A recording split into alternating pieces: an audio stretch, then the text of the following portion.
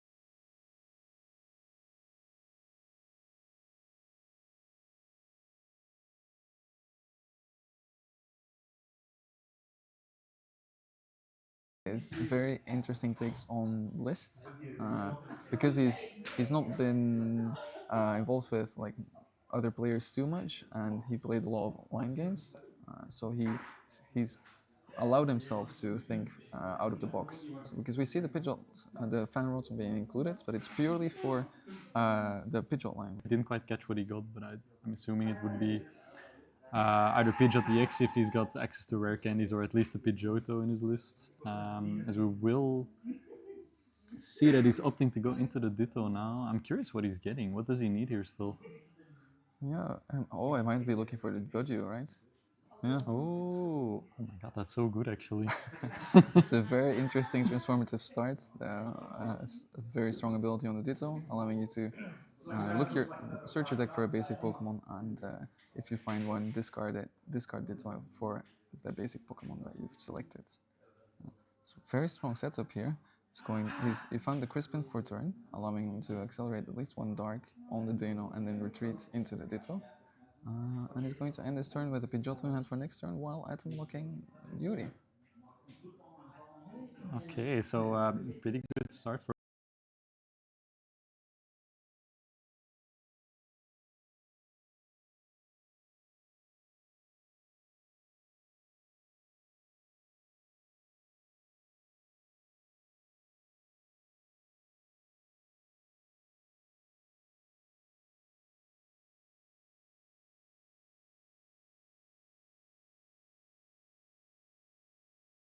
Ben already managing to put down the item lock.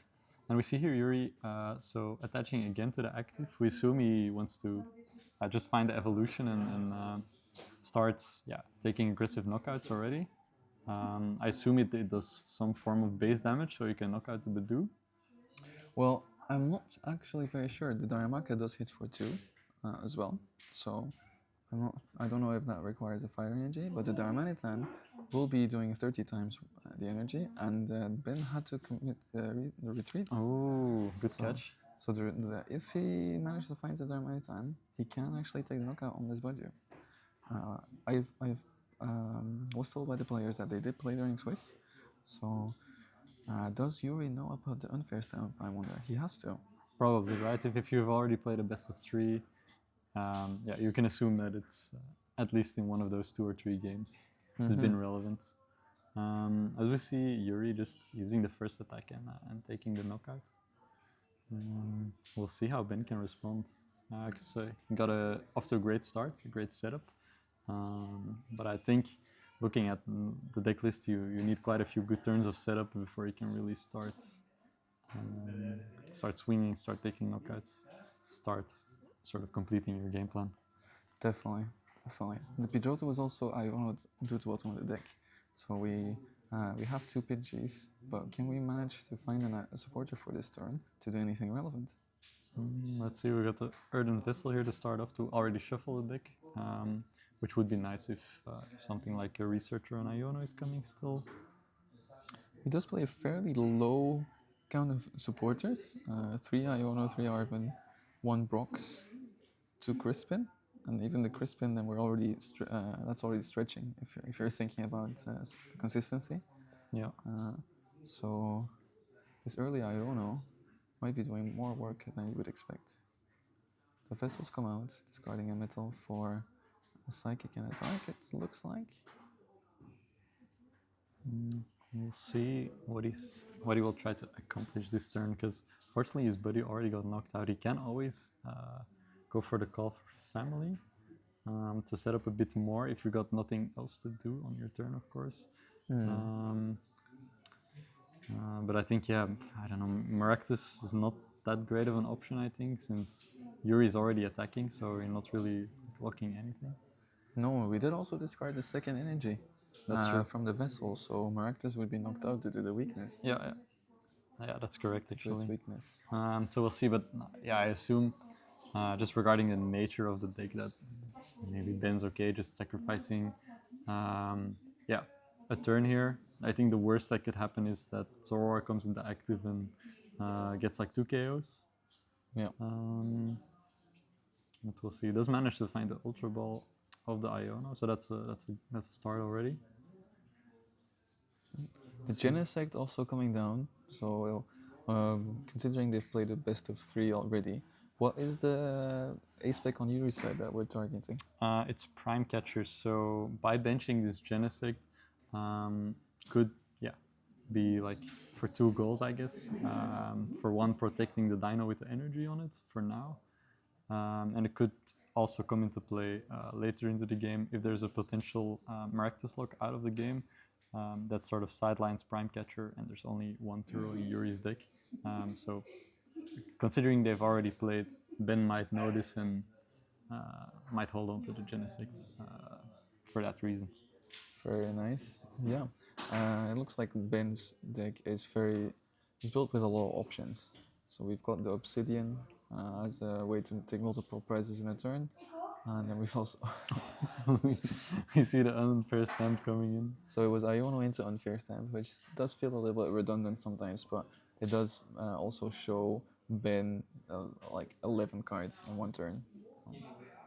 Exactly, and like putting your opponent to two going into their third turn is always nice, I think. It's better than 5, Yeah. for sure. That's for sure. Oh, I don't think. I mean, of course, Yuri does have the trade ability on board, but I think his hand is Zoroark Power Glass, which is, yeah, of course, not great. No, indeed. We also found the Pidgeotto, which makes it a free retreater. The energy will be floating for now, but Pidgeot EX is never the worst attack. It's always fairly good backup attacker to have. And we're able to protect this Pidgeot just for now, still. Correct, as we will see the trade coming on. Oh, that's a research, I'm pretty sure. And the Prime Catcher. Two very nice cards. Yeah, so Yuri is only one energy away, basically, of finding a knockout on both Pidgeotto and, I would say, the Dino with the energy. Yeah.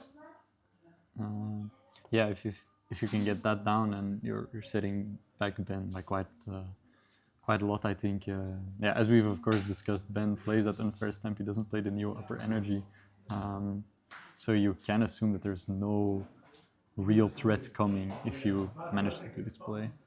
No, indeed.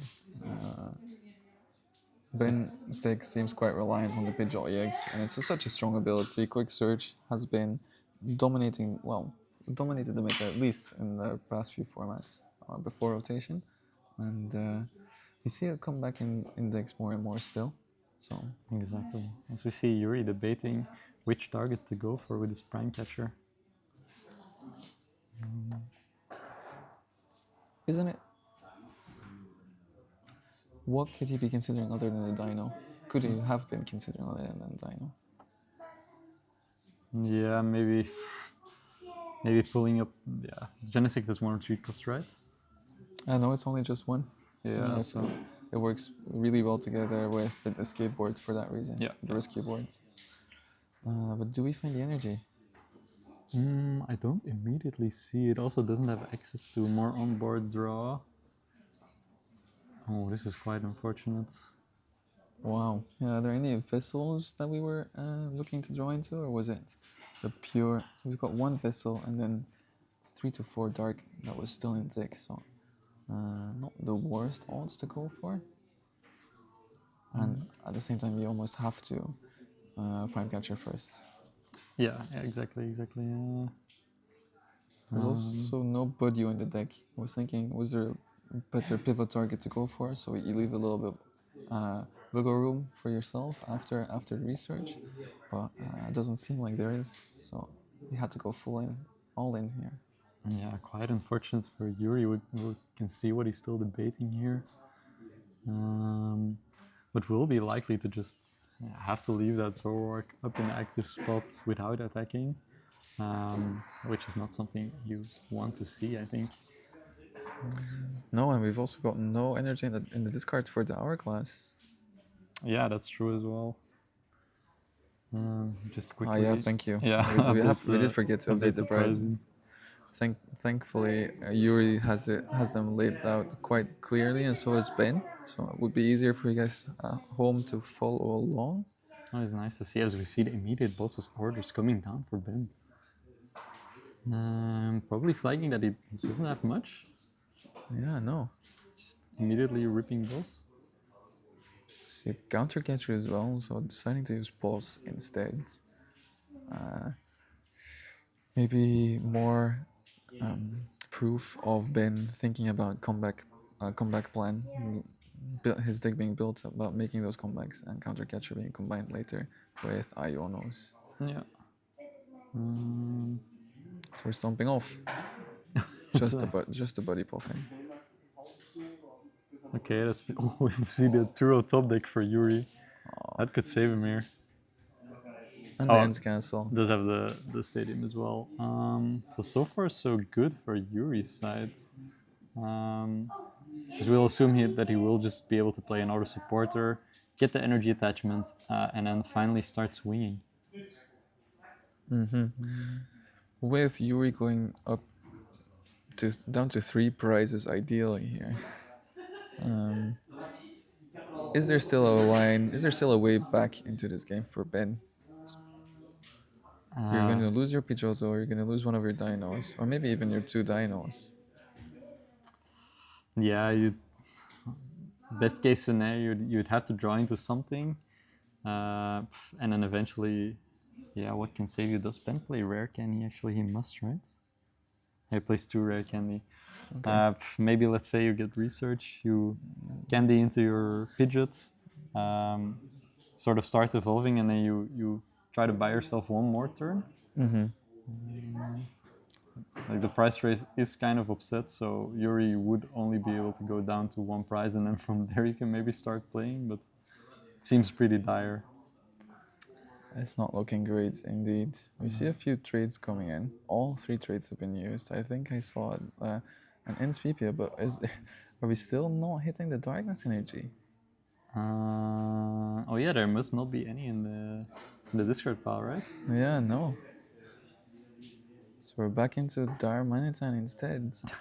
We will be taking a price. Oh, we're not even taking a price for the in. Oh, this is rough This is a rough game actually. on both sides. Ben. Putting him to 60. Let's see what Ben Oh, Topix. and it's, I don't know.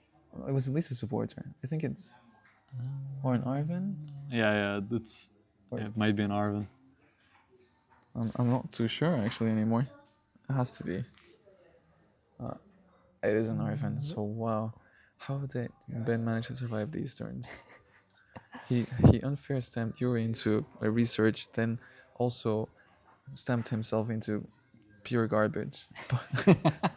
Thanks to Yuri whiffing the energy for 2 turns in a row, we got this Arvin instead. Yeah, this will be able to fetch him an Ultra Ball, maybe finally get out the Pidgeot and start setting up your board more. We could even start attacking. We can grab the counter game of this Arvin, discard 2 other cards, grab the Pidgeot, find the energy of. We don't even need the energy anymore. So if we have 1 more piece in hand for the Hydreigon candy, for the candy Hydreigon, then we could even go on the aggressive. And because Zoroark draws so many cards, I feel like a crashing headbutt attack might do some work here. Yeah. Honestly, it could, like milling away some resources, could always be beneficial. Let's see what Ben grabs here of the Pidgeots. I think that's his wireless. That was discarded as well as a counter gain for the Pidgeot. So let's see. Oh, has a rare candy in hand. There we go. Oh wow. Hydreigon coming out. And the counter gain, so we are able to attack. And there we go, we're just going for the crashing headbutt, evening up the price race, while also milling. Oh, we need to mill 3. Okay, so the players are both okay with that little move to the hand from that card. I do believe it was the right card, so all good. Yeah. As we see, another NSPPO, but yeah, now 3 trades available once again. So yeah, we can assume that Drew will hit the energy, but Ben also helped him a little bit by discarding 3 cards that weren't energy. yeah, that's true. And having the discard, actually the knockout on the Darmanitan opened up too. Yeah, that's true. And yeah, how do you retaliate here for Yuri? He does have the boss in hand. Yeah, what do you think? Do you try and soften up this Hydreigon here? Or do you go more aggressive, maybe try and take 2 prizes elsewhere? Well, currently we don't have any good attacking options. All we're doing is attacking for 50 with the second attack on Darmanitan, Darmaga, which I'm not sure what the name is for that. We did use a Super Roll to recover 1 Darmanitan and 1 Darmaga. So now it remains to be seen if we can find that Darmanitan or the other one that still might be in deck. So we can, yeah, maybe we do soften up the Hydreigon while taking a knockout on the bench. The one thing that is a bit awkward for Ben is that he doesn't want to be attacking into any Zoroark. Because if you put 200 damage onto them, then the Reshiram outrage attack is going to start taking knockout after knockout. Yeah, yeah, yeah. Yeah, the outrage is doubled, right? So Yeah. straight. So it'll be 400 by that time. Yeah, that is quite scary. We found the Darmanitan and the Reversal Energy, but it's not live. So it's going to be traded away.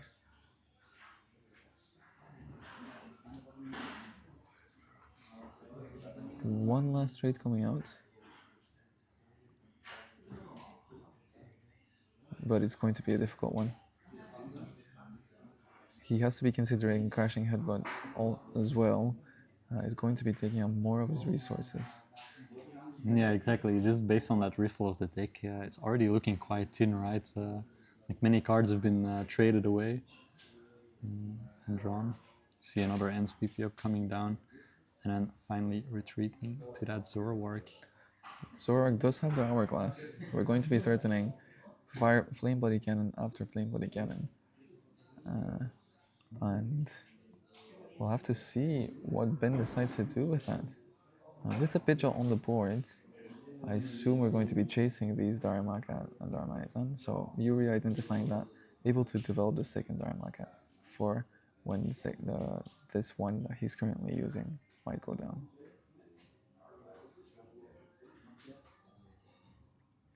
This puts 150 damage onto the Hydreigon, which I believe does have 330 HP. Yeah. So it's just out of range of a KO with Reshiram's second attack, I believe. Yes, correct. And we'll also opt to take out the other Dino. It's probably the best option. Like the Pidgeot is already down. As we see that Yuri is taking another prize cards. This one maybe no. It's fine. Yeah, let's just leave There it you like go. this. Yeah, no, that was a good one.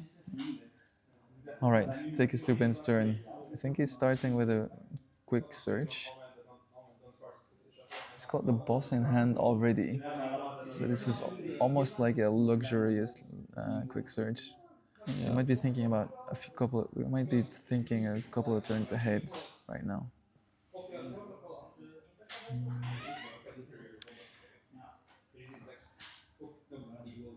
So Ben still needs to take 5 prizes without opening the possibility to Yuri to take outrage knockouts. How are you going to be doing this? Annoyingly, Obsidian doesn't really do that much here either because of the 280 HP on Zoroarks. So it's going to take 3 of those, and that's going to likely take too much time to pull off. Yeah, exactly. And yeah, like the snipe attack, while it is good, it's not really that chainable. So we'll see what Ben has in mind. Yeah, for trying to fight his way back into this game. It seems to me Yuri's right now in the driver's seat. Does need 2 knockouts still. Can look to on his next turn, yeah, maybe kill the active, and then there's 2 little guys still on the bench. Some boss action could make sure that he manages to win the game like this. As we did see, I believe you got an energy, is that correct? Yeah, it must have just been the energy from the quick search. So he might be betting all of his money on this single Hydreigon. Currently not looking to be recovering the dino that went down last turn. Presumably it will go down again anyway. We don't have bench space for 2. So yeah, he's probably done the math. No knockouts are being threatened by Yuri as of yet. So we can chill with this one and make Yuri think about it a little bit more himself. Okay, as we do see the boss for the Serendipity. Yeah. And then placing down, I believe that is Monkey Dory. Yeah. It is the one-off Monkey Dory in his deck. Yeah. So maybe Ben's hoping to, discard some resources once again. Here we see Iono, Dark. Ooh, too dark. Lionel and Too Dark isn't the worst thing in the world for Yuri. We wanted to see them much earlier though in the discard pile. Yeah, But they're there exactly. anyway now. We know he had the Turo in hand earlier, but has it been traded away? I haven't been keeping too much track of that. Yeah, that's a good question actually, because I believe that is like besides attach retreating and then still needing the ends PP up. That is how Yuri gets out of it here. So we see him trade first. But the more you trade, the lower your deck starts to get, and we saw an Iono get discarded as well. So he has to be considering his own options to refresh that deck size, make Ben's win condition for deck out, well, to cancel that win condition effectively. Yeah, exactly. He does have, I believe, one super rod remaining. I think he's holding on to it right now. So assuming that Ben, should it come to a deck out situation that Ben doesn't Iono him, then that's his only real way to sort of add more cards into his deck, make sure that he doesn't deck out. Which only is canceling out one crashing headbutt. So Yeah, it doesn't feel like enough to me yet. exactly. But we do see like a pretty nice play from Ben, just like reviewing it. Like, let's say this Peasantipity has to stay in the active, he can easily take the knockout with Monkey Dory and then possibly already attack into something else, which would accelerate his price trading greatly.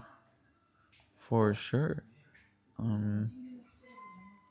He could even be looking to use Obsidian, perhaps. He could take 4 prizes next turn if he uses Monkey.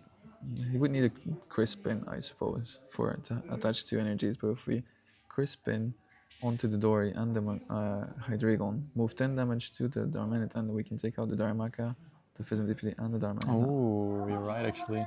It's a bit too soon, perhaps, because we're not finishing up the game with it. Yeah.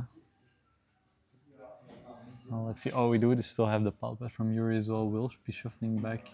And the boss's orders and the Turo, so we can assume that it was traded away earlier. Yeah, but are we doing it? We've only got 1 trade left, so we're putting it back into the deck, only to possibly be discarded from the crashing head. But anyway, Yeah, that's true. Or maybe his deck is that low that he feels like he really needs to hit the boss now with another trade potentially. yeah, we are committing to the trade, so There we go. Does he hit it? it doesn't. Oh, that is rough. Yeah, it does look like a very small deck at this point. So did we have the option to do the earlier potentially, but the decisions were made so that we were only this one chance to draw into it. And this might also be where going on to the aggressive with that prank catcher so early is coming back to bite him. Yeah, that's true. I do believe he did draw it in like a hand that he was gonna have to research away anyway. Of course. So it's a bit unlucky there. But as we do see the Iono coming down now, his hand was quite big. So Nice. Yeah. So we do have the refresh. The game's not going to be finished by a crashing headbutt just yet. let's see. But it doesn't seem like there's a way to get this Pheasantipity out of the active spot as of right now, which would be huge for Ben, right? Has to pass it over. And I think he counted his deck being only 5 deck cards remaining, so Yuri effectively only has 1 turn to win this game anymore. Yeah. And there we see the attachment coming down to the Monkey Dory.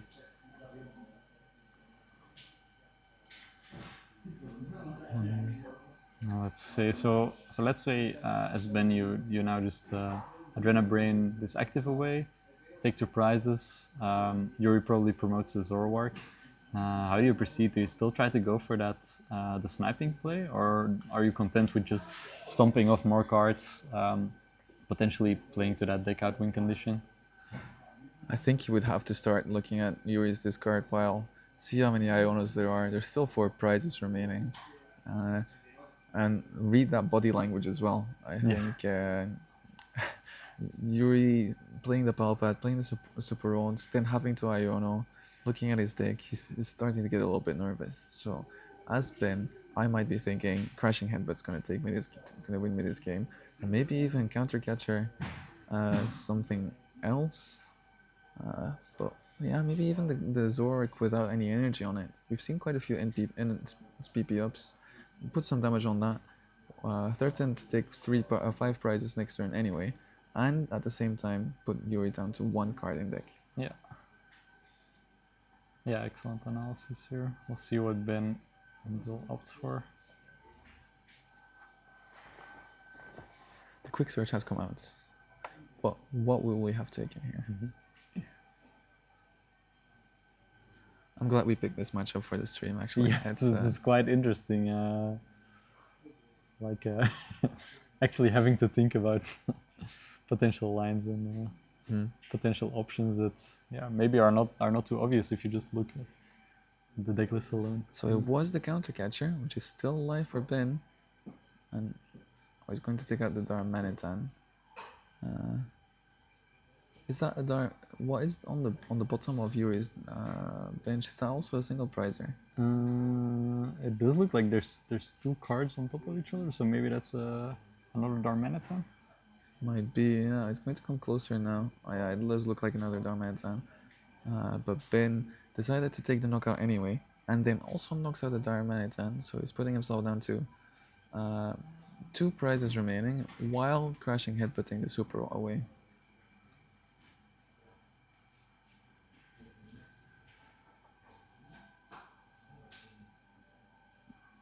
Yeah, I think writing was on the wall there. 2 prizes left, 1 card in deck. Yuri only having 1 turn to take 4 prizes, and yeah, there wasn't any lines there, I believe. So Ben takes game 1 here. Yeah, in a very exciting first game. Yeah, quite spectacular. It was looking, let's say quite dire for Ben for a bit, but that boss play on the Pheasantipity really managed to buy him some time, buy him a turn, and then all of a sudden, being able to swing 3 prizes and Yuri being on such a low deck count with resources already expended is, managed to seal the deal for him. So great display from this High Dragon deck. You're showcasing just how much of a, sort of comeback or sort of play to your win conditions deck it really is, which is great to see. Yeah, we saw multiple win conditions in play at the same time, and it ended up, I believe, the deck out one was really the killer in this first game. Exactly. How do you approach game 2 here if you're Yuri? What would you be doing differently, you think? That is a good question. I feel like Yuri sort of went for the correct lines. Then at points just sort of missed 1 key card that would help him out, like the early energy to attack and a way to pivot the Pheasantipity out of the active spot. I do believe he will still opt to go first, just mainly to threaten the early, maybe the double KOs, maybe try and put yourself a bit more ahead in the price trade. Because the longer the game goes, I feel like the more Ben is at an advantage. Of course, yeah. I think you're right. Yuri was on the lower end of variance last game, so let's hope he gets a little bit better he gets more luck this game. We do start the Zorva and the Buddy Boffin. And is that an Isbal as well? Okay, so we're going wide. We're definitely setting up. Would you be thinking about maybe trading a little bit less? Or is that not really an option for this deck, you think? It depends. I feel like last game he was sort of forced into it. Maybe there's 1 turn where maybe he should have traded less, but I think overall playing the Zoroark deck, you kind of need a lot. So he might just be put into positions where he's forced to trade, especially if that unfair stamp comes out. But yeah, I think if you're Yuri going into this game, you're probably taking it a bit slower, making sure, of course, you put enough pressure on Ben, but never trading when it's not necessary. Fair enough. So, doing a little bit of pride checking here. I think we saw you were actually looking at his energy count a little bit more. That might be just the side effect of really missing that in the first game. and we managed to find 2 Zoro of the body buffing, and then this ball goes in favor of the Daramaka. Yeah, pretty good so far. I think he's debating playing the Ultra Ball already, knowing that the Ditto's in the active spot. He's probably going to get item lock next turn. So we'll look into discarding those, probably grabbing a second Zoroark already so we can really try hitting it off. Something that's quite important actually doesn't find the energy here, so doesn't have the option to, let's say that Ben goes for the Badu, he can't go for, the Yuri can't go for the ends PP up. No, indeed. Which will delay him then, which will delay him attacking them by let's say 1 turn. Very good observation. Yeah, just leave his hand as 2 Zoroark and a research, so we're going to see cards. Yeah. And this obviously telegraphs to Ben that he's got good cards in his hand, but yeah, Ben likely won't be looking to play an Iono anyway, so it's a little bit of a mind game going on there. See the pass for turn after this great start for Yuri, and it's on to Ben again. He's holding on to the Fan Rotom, that's already a very good start. The Artisan as well, so we can assume that Ben will also find at least a pretty decent setup off of this, or will instantly rip the Iono. Fair enough, honestly. Yeah, putting 2 Zoroark down to the bottom of the deck, and it's a little bit of a shame that this Artisan came down. He probably wants to secure himself more, but item lock also has the side effect of not giving your opponent the opportunity to shuffle their deck a lot. Yeah. So the Zoroark would be locked at the bottom of the deck in that case. Exactly, and also holding out on the Fan Rotom after the Iono, maybe drawing into more options first as well. As we see some price checking going on for Ben as well, we see the Badu in there. So yeah, I'd say both players off to a respectable start, and now I think it'll come down once again to the fact like, can Yuri survive under this item lock? Can he keep up the tempo? Which Ben is so desperately trying to take out of the game, let's say. Of course. Yeah. Is there ever a possibility of Ben going onto the aggression? On the getting aggressive? Potentially, yeah. He doesn't run the you mean with the Hydreigon Ace, or? Yeah, he doesn't run the Neo Upper Energy, but yeah, potentially if you can get an attach now and then later turns maybe going to a Crispin. So far, I think we see the Fan Rotom coming down. No, so buffing for 2 Dino. Now the Ditto is going into the Budju. And I believe we did Fan Rotom as well for Pidgey and the Pidgeotto. Oh, could opt for the Fan Rotom attack instead. I'm not sure if you really want to do that, but it's also an option. The Fan Rotom will come down now, getting the Pidgeotto and the Fan Rotom probably to thin his deck a bit more. We'll see what Ben opts to do. But yeah, I think ideally you'd want to attach to the Dino just this turn, like you've got the item lock ready. Yeah, of course. Depending on what cards are remaining in his hand, if he wants to go faster, he would want that attachment. But at the same time, he does have time. He's going to be item locking. He's got the Pidgeotto for next turn, so yeah. Slower start, but that's just what this deck does probably. Yeah, I'd assume so. As we see Itchy Pollen coming down. Oh, does that hit for weakness? It does. Zoroark, Yeah, Zoroark is grass weak, being a dark Pokemon. I think it's due to the bug weakness in the video games. Right. So yeah, 2 damage on this Zoroark. So we'll see. Yuri, of course, able to shuffle his deck with the Artisan, which is something you definitely want to do. Let's see what other options he has. Found the Daramaka as well, so always nice. One big weakness of this deck is you have to have attackers on the bench, whereas Mew VMAX at least had a few options of itself, Zoroark doesn't. So. Yeah, that's true. We'll see attach on the active, and then unfortunately having to research away. Just a few items. I think it was at least one counter catcher and one PP up. So good items to be discarding. But Yeah. Oh, but no Zoroark of the research. Am I seeing this correctly? no, it doesn't look like That's there are. rough.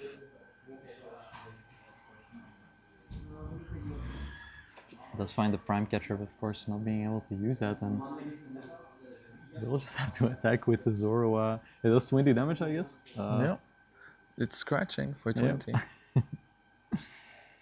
And it's been, yeah, this is definitely what you like to see. Oh, never mind.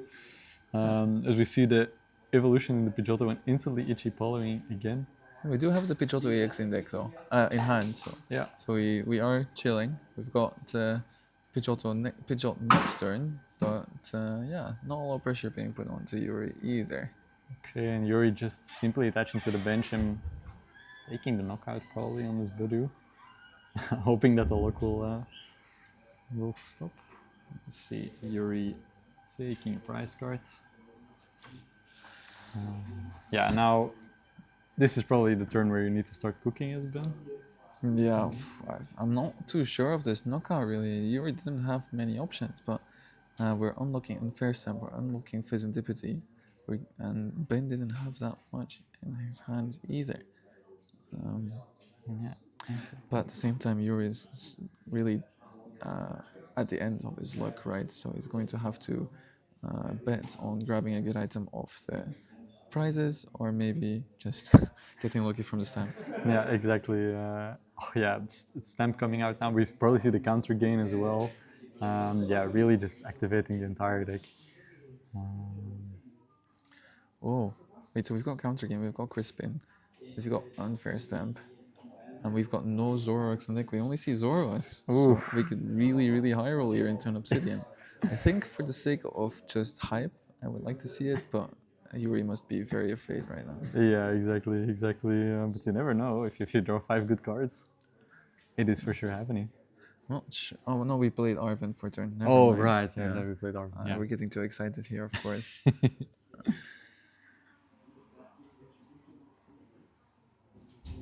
All right, player shuffling up from this Unfair Stamp. I mean, sometimes you get judged or Unfair Stamp turn. Like I had garbage in my hand anyway, so it might get better. But What Yuri managed to find that. I think that's Prime Catcher Zoroark. okay, we're not gonna be item locked. Yeah. Could give him some options already. Ben using that flip the script ability to draw 3 more cards. So we see the Ultra Ball coming down already, probably looking to get the Zweilous active, so maybe next turn to hit the Crispin, start swinging with the Hydreigon. Let's see what he opts for. And yeah, and I guess this turn you're still just passing, you leave something in the active, or what do you think has Well, been? we still had Quick Search, so the Ultra Balls just grab the Hydreigon instead. And if we can find the candy here, then we are still attacking. Oh, hold on. How many candies are there in this list? There's two candies in Ben's list. Only 2 candies, and he did candy into this. Oh no, he didn't candy into his Pidgeot. So is this? Are both of his candies priced? That would be really rough. Yeah. It would be a little bit of a misplay to not have seen that earlier. I would almost understand because rare candy is not the first thing you think of while price checking, but yeah, if you only play 2, and if you're playing a stage 2 deck, that is something you want to be aware of. That's true. Yeah, it does seem like it's priced. So we'll opt for the Zweilous. Uh-oh. And he's committing another energy on this Willis. This might turn out to be a very good fun first time for Yuri. I think he found the Zoroark and the Prime Catcher, so Let's see. I think it's a Pheasant Tipity as well. if he manages to find the energy here, Ooh, it could be huge. Yeah, I assume this Zweilous has 90 HP or it less? does. No, it's 100 actually. Oh, by it's mistake. 100. Okay. So we'll see what Yuri manages to get here from the trade. We'll discard a Serendipity. That's a Turo. Turo and Prime Catcher. Oh, Do that's we go quite for rough. it? We could Turo up our Zoroark, but then let's Zoroark, Turo up our Zoroark and evolve the active. And then we've got two more cards to find the energy from. Yeah, that might have to be the only option here for Yuri. I can't really make out what that third card is. Yeah, me So neither. we'll go to Turo and we'll exactly go for the play you were talking about here. Yeah, but So let's see where he evolves this. Zoro's coming down again. If we evolve active, the Prime Catcher becomes less valuable, but we also get to save it potentially. Yeah. Let's see, and we'll get rid of the Zorua. Oh, but it's a PP up. Oh, that's PP up. So we would have to. But we don't have a pivot. We don't have the Ents Castle then. Oh, that's so rough. Oh, that's really unfortunate. This is really testing Yuri's patience. It's really testing his mental, I assume, because there's a few. It always has been just one card short. What will he decide to do with his turn for now? Then, though. Yeah, probably thinking like next turn he's gonna get sniped upon. Let's see, just has to pass over the turn. Oh, it's rough. Well, it's not the end of the world yet because Obsidian does force you to put 130 damage onto the active, which would put 170 damage on the Zork, which will return KO with Reshiram. But does Ben have the option to play around that? He's got Quick Surge. That's correct. I believe he grabbed the psychic energy off of it, just probably the last piece he needs to start swinging here.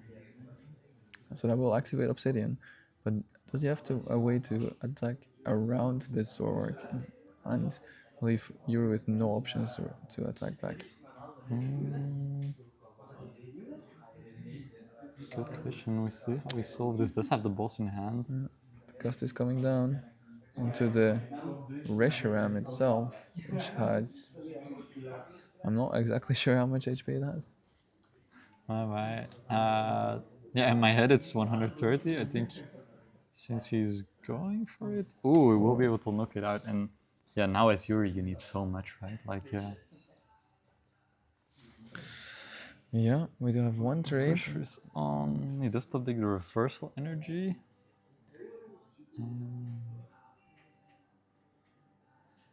One trade remaining. Yeah, at what point do you just sack the prime catcher? With Prime Catcher, we could take two prizes. Even of the prize trades, we've got Reversal Energy, which is live. We can put it onto our bench there management for PPM, just trading away the PP up first. Alright, so trade used. I believe that's a pulp pad.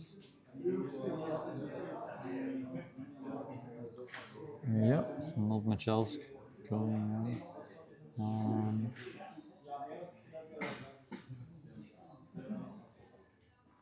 I up the Iono and the research. Putting in some more options for the next few turns. We're not going to be able to draw more cards for now. We are lucky, again, that Hideigon is a little bit damage capped, so the Zork's gonna stick around. And so are both these Darmanitans, because of the 140 HP. Yeah. Puts them just outside of range. We now have the prime catcher reversal energy combination. Which will put Yuri to 3 as well. Almost attached a Darumaka to a Darmanitan there. We're looking at some retro formats, and we did have a lot of energy Pokemon back in the day. I saw a Cast form, what was it, a Voltorb or something? All those kind of Pokemon, but Darumaka is not one of those. Yeah, so he will opt to attach the active now to save the prime catcher, or is he? I still debating it. It seems like. Well, the Prime Catcher would be really bad right now. He wouldn't have an option to attack in that case, but he did go for the Flame Body Cannon on the active, putting some damage there, softening up this Lonely Dragon, while also taking up the backup Dino. So Yeah.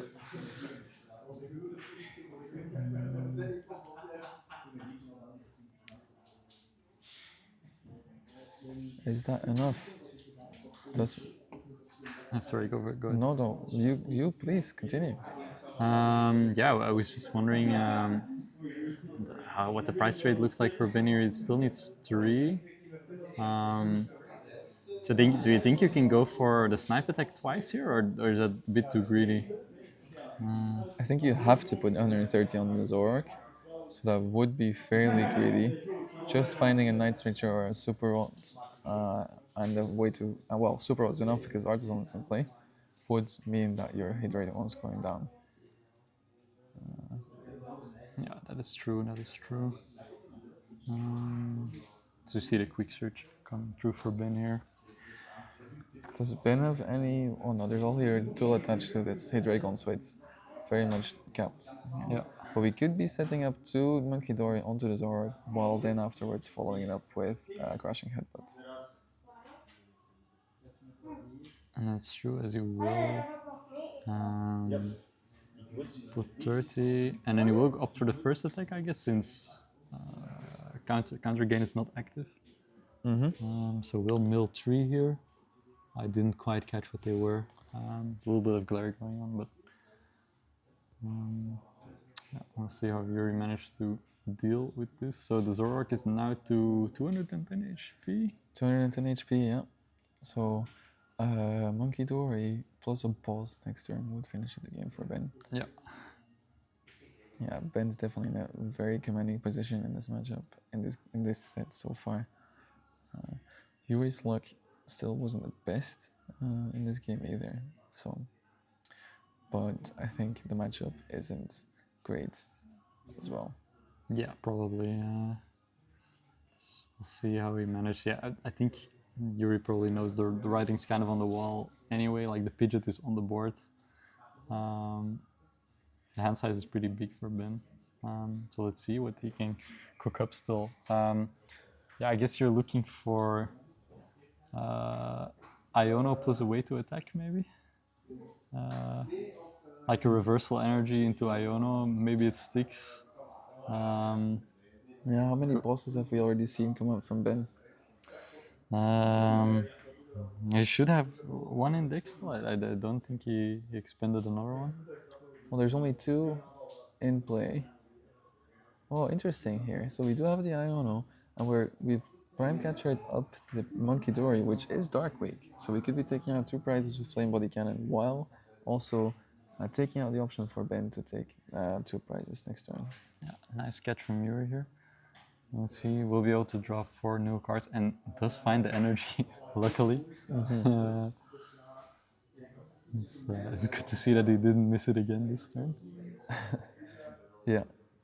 After all those trades, all those researches just to find a couple of energy, he managed to do out of an Iono to 4. So we see that attached to active, and Ends Castle coming down as well. And then Flame Body Cannon coming in. We're taking out the Monkey Dory. And then, what are we going to put the damage on? I think we want to take 2 prizes. Yeah. Because Yuri also does play the Blood Moon Ursaluna. So he's just 1 boss and a Nuzball away of winning this game. Well, and an energy at this point. Yeah. But I did see the Luna in his opening hand. I'm not sure if he had to discard it or if he shuffled it back with Super Rod or if he just got Iona away.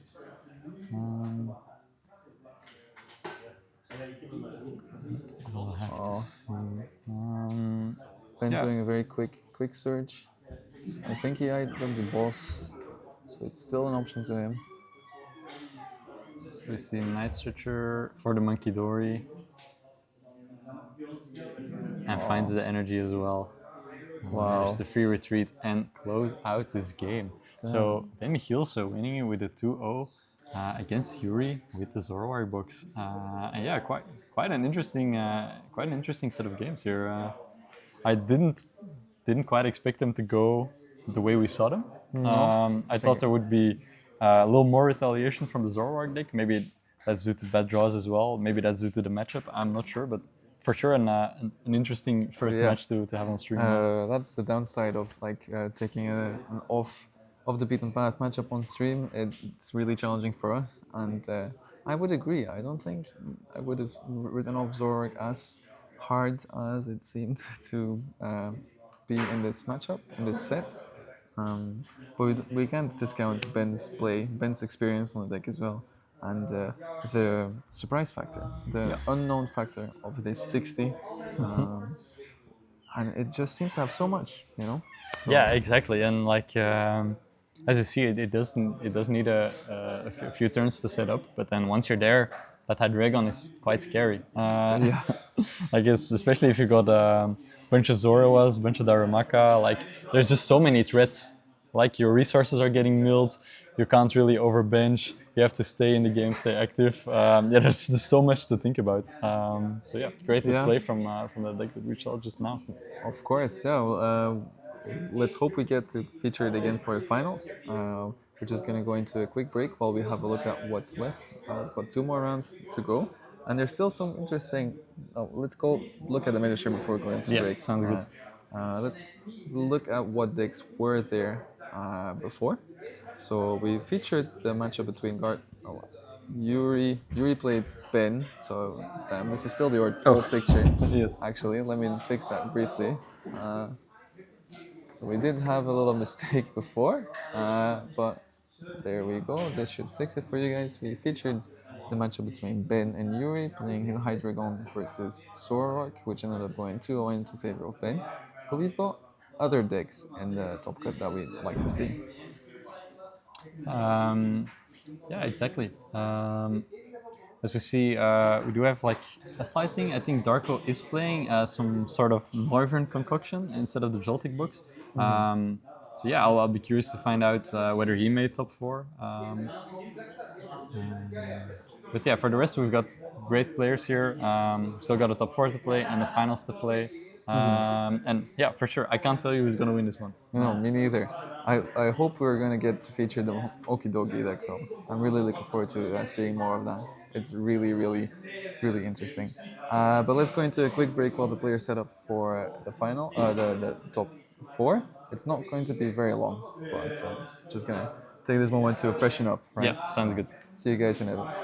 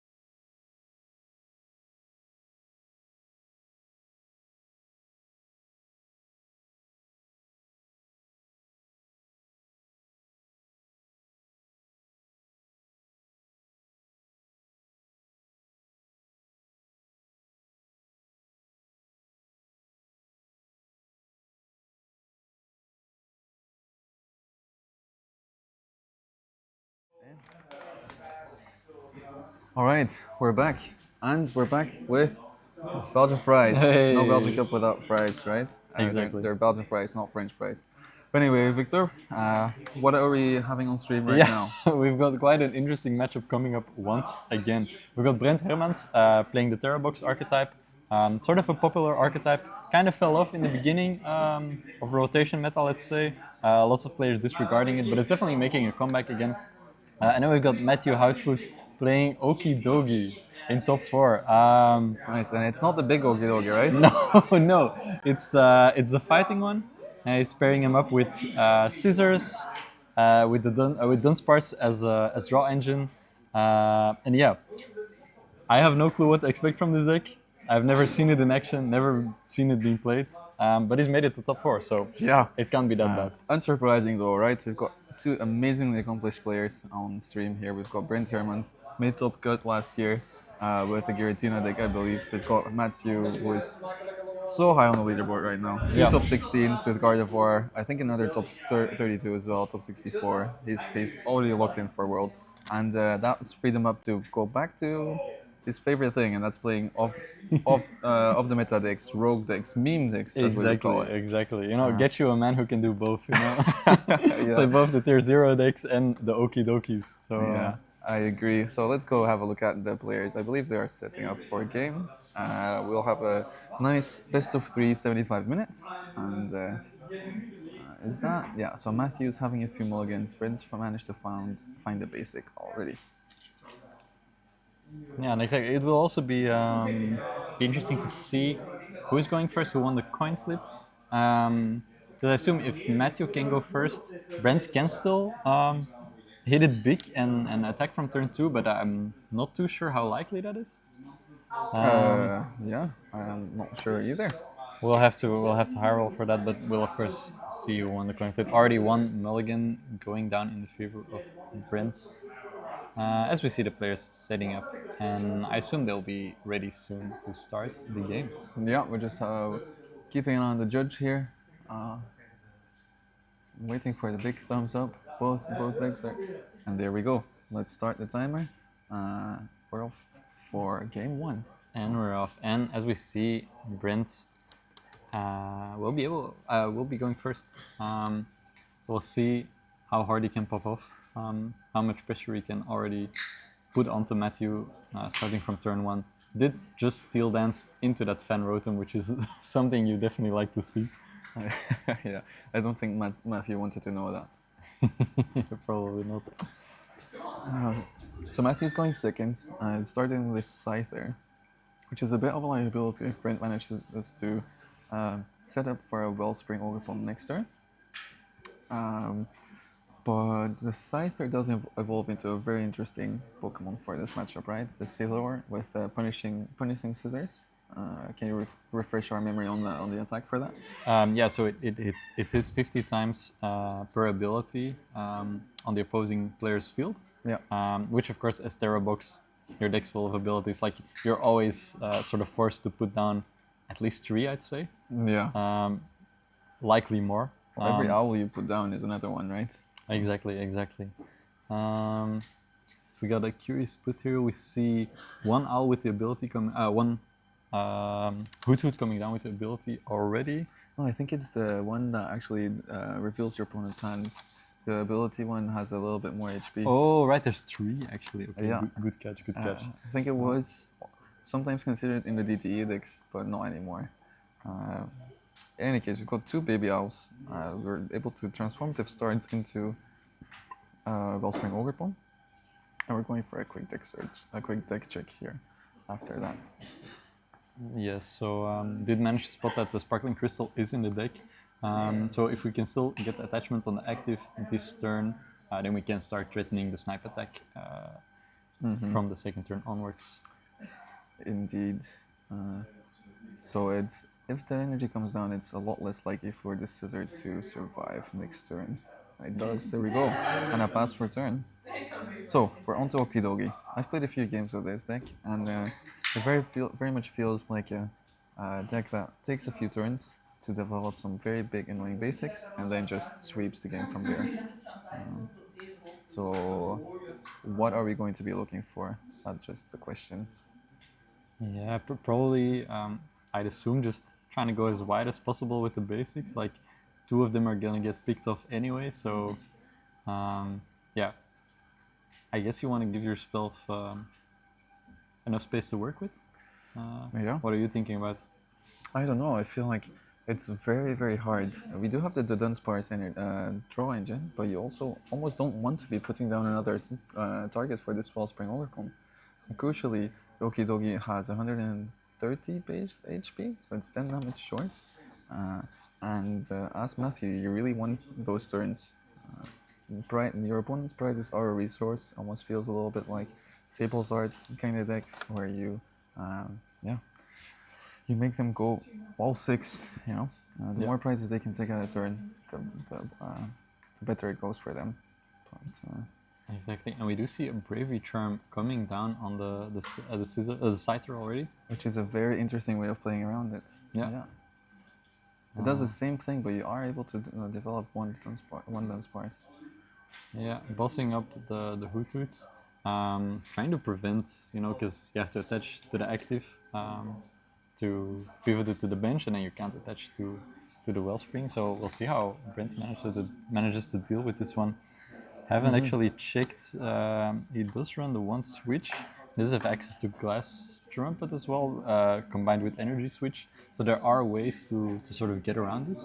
But we'll see what Brent can do. Of course, has the potential to evolve into two Noctiles already. Preferably, you only want one for now, but that will give him some options at least to begin with. Yeah. There's another option to get out of the active, of course, and that is this Latia CX, which I do believe the Nesball is targeting right now, but that also is putting more abilities onto the bench. Yeah. There's the base 10 damage of the Scissor as well, so right now we're already hitting for. What is it? Yeah, it's already 160. So if Brent evolves into Noctowl, that means Matthew's guaranteed the two-price knockout Yeah. as a return. That is correct. Unless, of course, Brent's able to find the energy, the crystal, and the boss to play around the Bravery Charm. Yeah. We'll see. We'll put down one Noctowl, grabbing the Crispin and the crystal. Instantly slamming down the Crispin as well. So yeah, you will be able to attack at least. Going into this turn.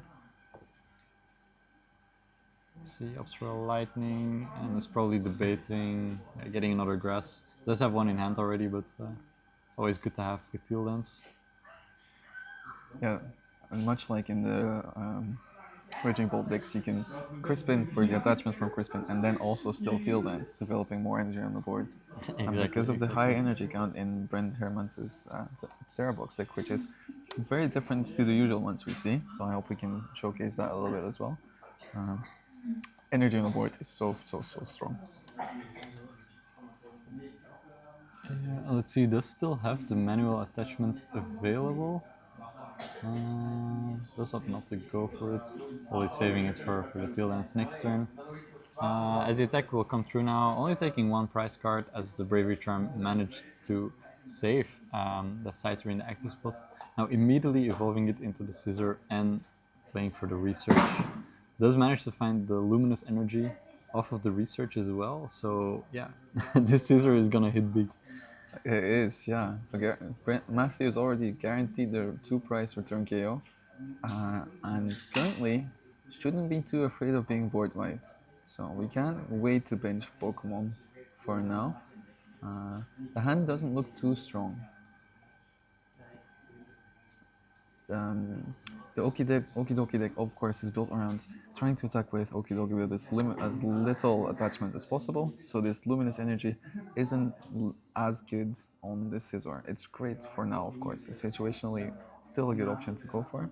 But if you have fighting and luminous on Okidoki, that activates the ability and the attack at the same time. Yeah. Great observation. For that reason, though, Matthew does play, I think, at least 4 luminous and the legacy energy. That's true. Yeah, just I overheard him talking earlier, and he was like, "Yeah, getting the fifth rainbow energy in the deck is probably a good way to go about it. And of course, it's another great way to offset. I mean, to buy yourself as much time, right? Like your opponent already has to knock out 6 Pokemon, probably. Like assuming there's no Fezandipity in play. So bumping that up to 7 is It's just insane. yeah. Yeah. So knockout was taken. Wellspring Ogrepon has gone down. The Sparkling Crystals out of the game, and is back onto Brent Hermans, who started off with Teal Dance, and is now straight into a Jewel Seeker after that. The Claire is a little bit bad, but I think it's at least one area 0. Yeah. That is true. So that one will be coming down. As we see him promoted to Fan Rotom, of course you always have the pivot with the Latias, but is there ever a way you swing into this scissor now with the Fan Rotom, or do you already look to get up just another like sort of beefier attacker that Matthew can't deal with? Well, I'm not too sure. The Fan Rotom is taking the knockout, but we have seen. Was it a trumpet into the Terrabacus, or was that the active attach return? Well, energy switch is enabling the Fan Rotom, and there comes the Iono. I actually was talking to Brent before, and he's considering cutting it, but right now it seems to be working out fine for him. Yeah, excellent timing on the Iono. Putting your opponent down to 4 cards. Definitely considering Matthew's board state. This is quite scary for him. Like he will still need to hit at least attachments. Yeah, probably a supporter as well. Let's see as Brent's turn plays out further. Will bench that other Hoot Hoot as well, completely filling up his bench and then taking the knockout with the Fan Rotom. Evening up the prizes with that assault landing attack. So we'll see how Matthew responds to this. This ball's for the Fizandipity, which is, on one hand, it's great. It draws you 3 cards, but on the other hand, you do put a 2 prizer on your board, which could come back to bite him later. But as good of a player as Matthew is, we have to assume that, yeah, he didn't draw too much of the Iono, needs to go wide, needs to go big, and it's just playing out his odds. Of course, yeah. Yeah, I do respect his pace of play as well. He knows he's playing a slower deck. He knows he's going to take a long time for each game. So immediately going to the Fizzy, no hesitation there. And that's Legacy Energy. So there we go. Effectively cancelling out the 2 prizer on the bench while allowing him to attack for a turn. So if we manage to find a boss here, there's a couple of Pokemon in Brent's deck that are fighting weak. Crucially, that Terrappa goes on the bench. Yeah. Will be knocked out, will be one shot by our big dog. And it will be quite a big dog once this legacy comes in. Exactly. That's the beauty of being able to play the Rainbow Energy, right? It activates the ability while at the same time only costing you 2 attachments instead of the potential 3 or the Crispin.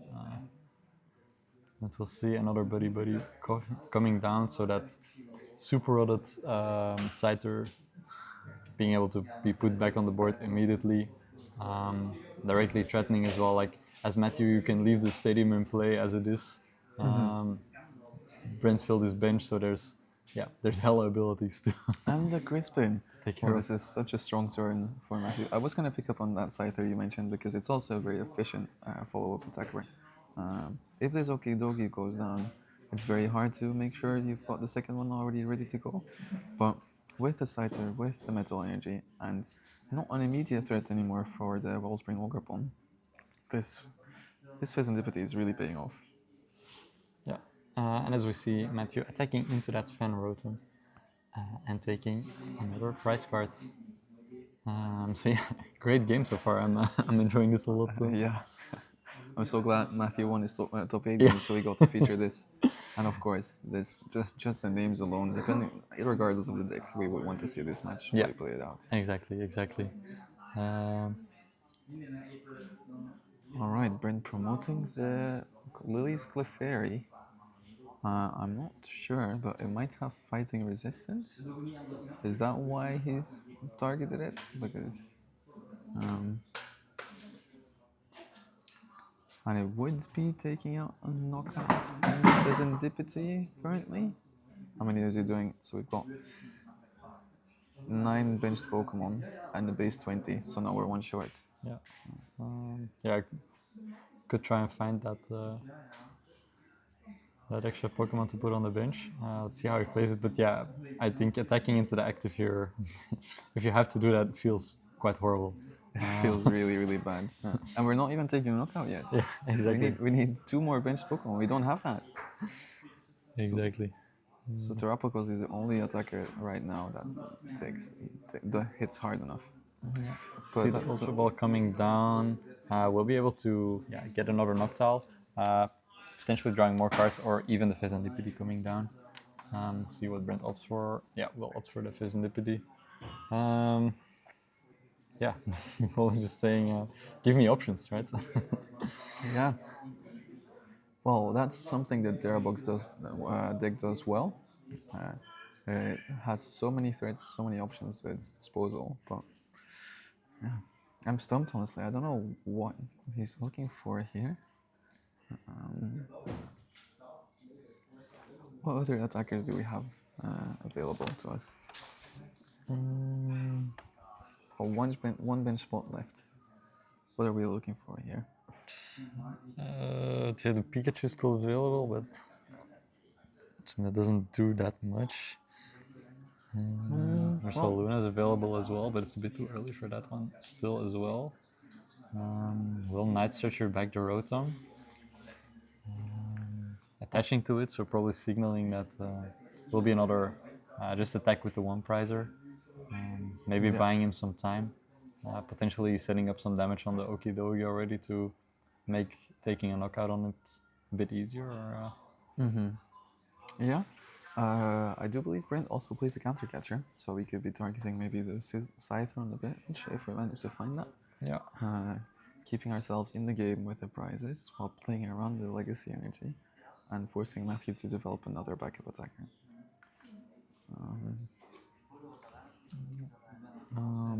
let's see if Brent hits it. Is for now, considering his options. Could of course also, if you manage to find another Noctowl, expand that one.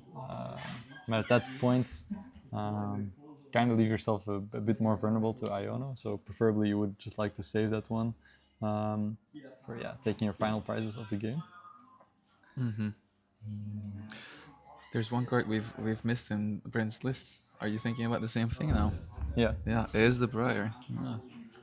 So yeah, Briar option is open for him. Next turn though. Yeah.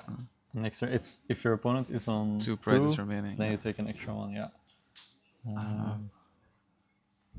But I'm trying to think. Does that work? If he takes 1 prize now, and Matthew is unable to take a boss KO while taking 2 prizes on the fan, so avoiding knocking out the fan Rotom, Matthew will be on 2, and then Brent can take 3 on Fizandipity. Yeah. Right. Okay. Yeah. That must be what what Brent's probably eyeing as well. But in that case, he can't use counter catcher this turn though, because he would need to Briar and Gust at the same time. Yeah, that's true. As we see the counter catcher and boss coming out from now. So probably expanding boss this turn and then maybe playing for the Briar play next. Yeah, we've researched for a turn though. That's true. So I think he's 1 turn too late for this line. See. But we are taking out the knockout anyway. Yeah, as Brent will be going down to 3. Matthew promoting the Dunsparce. Let's see how this goes. I've got a little bit of trauma from yesterday from my phone dying in the middle of the game, so I'm gonna check on the battery. Okay, sounds good. Keep the game up for me, please. As Matthew is just benching another Okidogi, managing to attach to it, so already prepping that as his backup attacker. I'm not sure if he wants to do anything else besides just keep swinging into the active for the rest of the game. I have to see. The Dunsparce, of course, does have free retreat, so he is able to pivot into the one with the legacy energy. Also sort of pestering Brent, like, yeah, by having this in the active, it's a lot harder for Brent to go down to 2 prizes on the next turn. But besides that, you're also kind of losing the prize trade. Oh, as we see the boss's order on Pheasantipity. Actually, yeah, accelerating this game really fast. Matthew now going down to 1 prize card and really putting Brent on a clock here. Yeah, and I am back. All good. The phone's still charging. So we're in this game. We're going to be able to finish this game with you guys. But this also plays around the Briar. So is there anything left for Bryn to do? I see the Luminous was also found. The Dunsparce has free retreats. Technically, yeah, I think we're going into a soap line. Ooh, boss's order is coming down here for Brent and will be opting into that sub. If we look at the lister, does Matthew have any way of getting out of this? No, so there's no switch options. We could Crispin onto the active. So the only way for Brent to win this game is to sub enough times so that he can take out potentially the Dunsparce if it doesn't evolve and the Pheasantipity at the same time. Yeah. Or sub log the entire game. But if we can develop 2 energy on this Pheasantipity, we could be taking out a Noctowl. Exactly. So does find the Crispin already? Which is putting on the pressure for Brent. So the fighting's going to the active. That we can be sure of.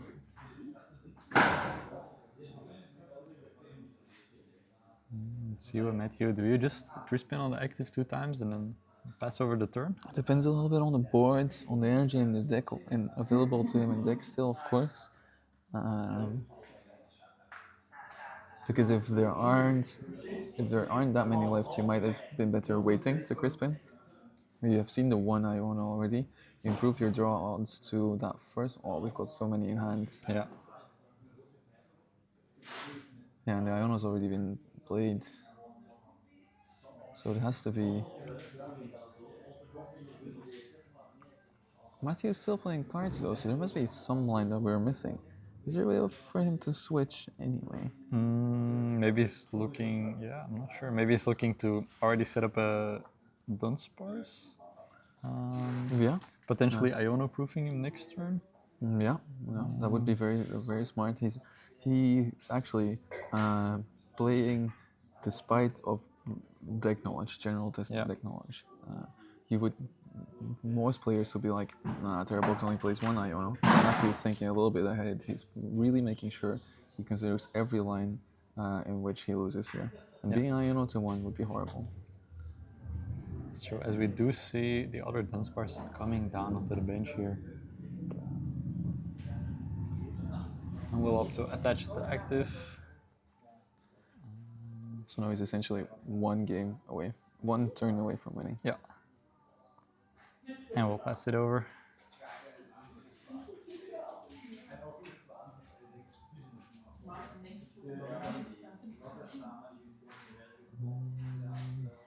How much does the Okie Dokie hit for again? It's 170. Well, 70 base 170. for the good punch attack. And then if you have a darkness energy attached, it does 100 damage more. And the Okie Dokie also gets 100 HP worth more.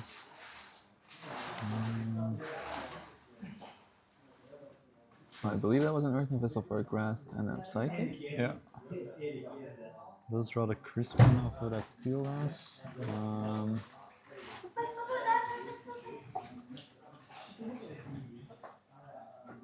What other options do we have? Do you look for the knockout here and then? Well, technically, there's nothing on Matthew's board yet that is taking a knockout on the Ogre Pawn. Yeah. So, but at the same time, Matthew's Philippe is not going down. Yeah, exactly. It can always just come in again, 1 energy, attach it, and you've lost the game, right? Yeah, indeed. So we will almost need to gust the other Okidogi, make him find the fighting energy, losing one in the discards, 2 developed on board.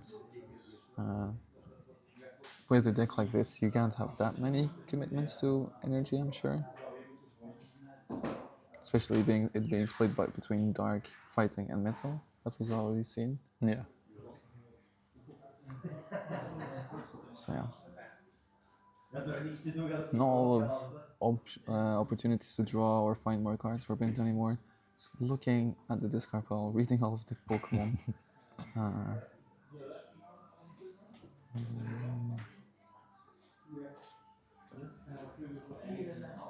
He's got that very pretty briar in his hand as well. But it's not going to be doing anything anymore. And yeah, he's just identified that there's no line anymore, right? Yeah, exactly. And so yeah, a very interesting first game here. We'll be going to Matthew, and yeah, at this point, must be feeling pretty good about your deck. Like, does manage to sweep Terra box, not quite easily, but did identify the right lines. Did manage to chain enough threads to be able to keep up the price rate. Yeah, and there was quite a few key plays that he made that really made it hard for Brent to take that price lead, right? It was the Bravery Charm on the active, playing around the 120, 100 damage difference for the torrential plump. There was one more that I cannot think. Oh, it's the Sithor, ever always being a threat on the both in the active and on the bench, having that scythe there ready to go, making Brent think about the Pokemon he puts down. And yeah, at the same time, Brent was doing his best, following the lines that I would follow myself as well. I think it was the most aggressive line. You have to be the aggressive here. So, really good play from both. Yeah, exactly. We'll see how this second game goes. I mean, I assume Brent's going first again.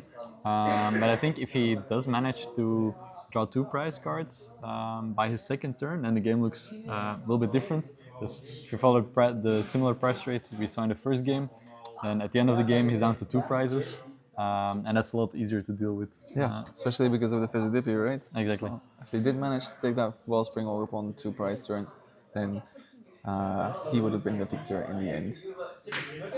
But you are the real victor, right? Exactly. So we do see Latios EX starts. Does have the Nest Ball as well to go into the Rotom. The Ditto is in deck, so we'll probably be able to grab that Wellspring again, attach to it, and then Ori, immediately put on the pressure. Again, the opportunity to have that transformative start. Such a powerful card. Exactly. I'm so happy it's it's finally being put to good use. It's very nice and a little bit niche card, but does give you quite a lot of options. Were you always a believer? Not really, not really. I think when it came out, I played it once in Golden Go, just because you had like 5 basics, but it was horrible. Now with the Fan Rotom, of course, it's it has become quite a good card. For sure. So a very similar turn for Brent, honestly. Again, there, I think the lines are a bit more set for Brent. And Mantius also started with the Scyther again in the active. Able to put down this ball and Artisan, so going to find at least 2 more basics. What are they going to be? Let's see. For now, he's waiting with the Artisan. So far, establishing another Scyther can't be bad. Like you can free retreat this one into any other Pokemon you want to sacrifice, and then if Brent doesn't have a gusting effect, we can guarantee that one lose, which is probably the idea here. Yeah, leaving the Artisan for after the Iono. He has a few options. He can draw into a Bravery Charm again, or he can find the Okidogi and promote that instead, leaving less opportunity for Ben to get 2 prizes.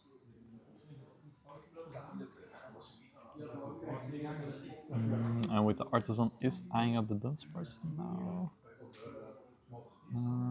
To be able to put down And as Matthew here, do you think you retreat into something? Do you retreat into your okidogi already, preventing that Brent can take 2 prizes? I think you definitely do, especially after that Luminous find. It's got essentially 230 HP on just a single prize Pokemon, and yeah, that's never going to go down. So Brent would need to find Crystal and Boss, which is only not one Noctowl away, of course. Um, but it's also not really developing his board further for the next turns. So Yeah. crucially, he also found two Scyther, intentionally went for the second Scyther. So that leaves Brent here with a choice of, if he finds a boss play, do I take out both Scyther or do I take the draw option of the board? And if he takes the draw option of the board and the Dunsparce, then there's always that second punishing scissors that could come out. Yeah, exactly. As we see the turn being passed over to Brent, Matthew opting not to retreat to the okidogi. Which is interesting. Definitely. Maybe valuing the remaining hit points on the Okidogi. Yeah. Potentially, maybe, yeah. At some point, letting Brent make a choice. Like, do you want to take out both the Scyther, as you mentioned earlier, or do you want to take out the draw as well? Therefore, leaving one Scyther on the field. But yeah, so far, I think as Brent, if you can take 2 prizes here, it looks like you're going to have a pretty good game. Is all. I think let me count it as well if the immediate return KO is possible with the scissor or not. I believe if he has to expend one Noctowl now, that's only 160 damage. Yeah. So there's the opportunity for Brent to play around the return KO with his Scyther.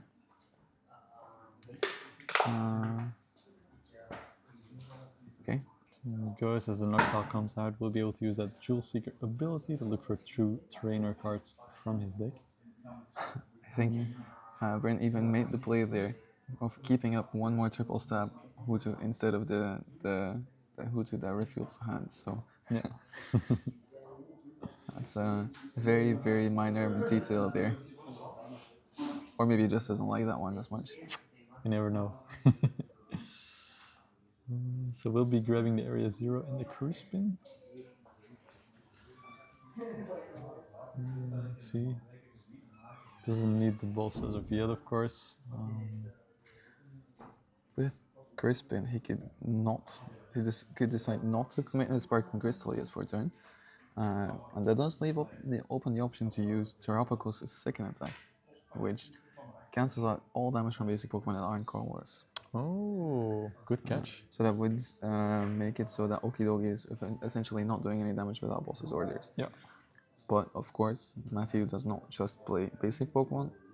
He's got the Scyther, and he's also got the Dunsparce ZX we haven't talked about yet. Yeah. Great observation. Exactly, I hadn't thought about that yet. So that's a line we could potentially be seeing down the line, either in this game or let's say it goes to a third game. And yeah, at the same time, he's prioritized Pikachu instead of Terrapagos, which on paper isn't that bad either because Matthew has no real way of playing around Pikachu's Resolute Heart ability. Yeah, that's correct. As we will see, Brent using a snipe attack on the Wellspring and taking out both Scyther so that the Dunsparce remains on the board. Matthew now immediately being able to respond with a Super Rod and a Dunsparce. So let's see what he can find this turn. I think ideally would like to start swinging with your Okidogi already, start putting on at least a little pressure or at least a little some damage counters on the board.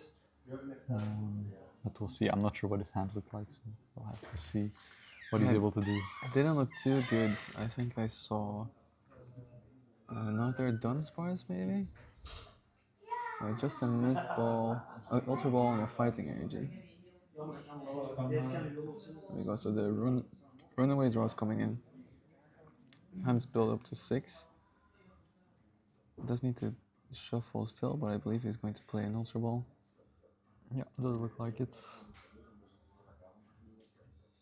Throwing away a Scissor and a Luminous Energy. Probably signaling to Brent that there's yeah, some other resources that he didn't want to expend in his hand. Or maybe he's just opting to go for another Dunsparce here. Or yeah, the Pheasantipity even.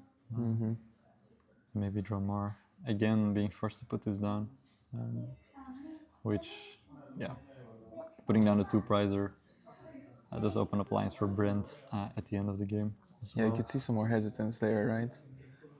Which would also be proof of Matthew knowing he's behind, and that this is going to put him potentially even more behind, but he just needs to go for the risky play. Yeah.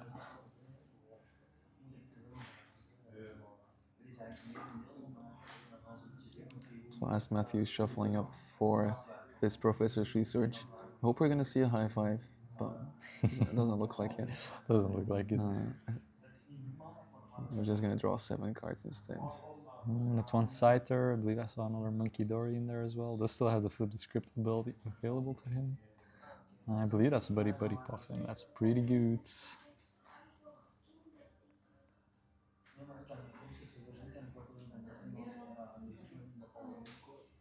Matthew's also using the very nice ability markers that you can buy here at TCGShop.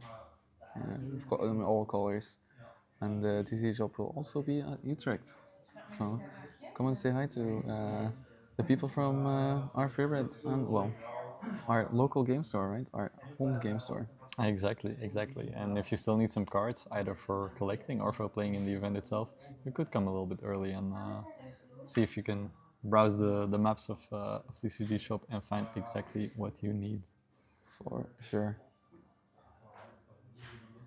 So does manage to, it's pretty good for Matthew, does manage to establish again the 2 Scyther and the Dunsparce for draw. Yeah. I think, and we do attack with just a good punch into this Wellspring Overp on 4 turn. Or maybe Brent just preemptively put the damage there already while Matthew's finishing up his turn.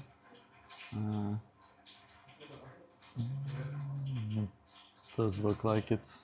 Oh, it's already been past the turn, it seems, because Brent's doing the thinking now. Yeah. All right. Again, all these Clefairies coming down. Yeah. That's in the meantime also like 5 abilities down already. So Scissor definitely being online to start wreaking havoc. I think what we forgot last game is that Okidogi is Psyche weak. So that's why Lily's Clefairy is a pretty decent option to have. Yeah, just to take sort of an easy knockout right to energy. Okay. That's a good point. Especially when Okidogi would be big charms, because 280 is a really hard number to reach. At the same time, though, Lily's Clefairy is again weak to steel, so it goes both ways. It does go both ways. Yeah. Good. So we're seeing an Ultra Ball come out. High energy, so probably at this point saying, I've benched many abilities already. It can bring out the Noctowl as well.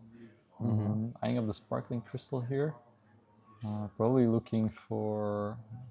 What will you be looking for? Sparkling Crystal, maybe a boss or a Crispin? Yeah, Crystal Crispin. Take out a Scyther potentially. I'm not too sure actually. The Dunsparce. Yeah, I assume you're going to be targeting the attacking options on Matthew's side. Yeah, probably. He's always going to be drawing cards of this Pheasantipity. You want that to stick around for a while, so it's still there. We're pretty sure he's not playing any Turo, so take out the Scyther and just play out the game nice and easily. We're so far ahead currently. Yeah. You just see the Crispin coming down. And yeah, you would. What do you do here? Do you go into the Clefairy already right now, or do you think you save that one for maybe a later turn? So you take out Okidogi with Clefairy, Matthew goes down to 4, then take out the next attacker, Matthew goes down to 2, and then you Briar for the last one. Yeah. So we will be seeing the Pikachu EX being loaded up here. together with the Sparkling Crystal. which effectively does the same thing. Yeah. A little bit harder to attack with, but it's already a Terra as well. Yeah, and Nesballing for the Serendipity preemptively, which is nice. This does feel like a very strong turn for Brent. We're Oh taking yeah, out, he can't use that one. There's been no knockouts. there hasn't. Sorry, I interrupted you. No, no, of course, yeah, it would have been a very crucial, well, potentially dangerous mistake there to make. But flip script's not active. And Brent's going down to 3 prizes remaining with his knockout on the very big dog.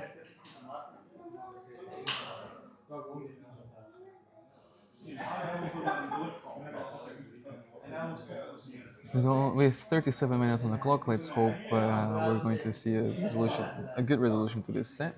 Yeah. Luckily today we are doing the 75-minute rounds, and Matthew's going to be very happy about that. I think so too. I think so too. Let's see.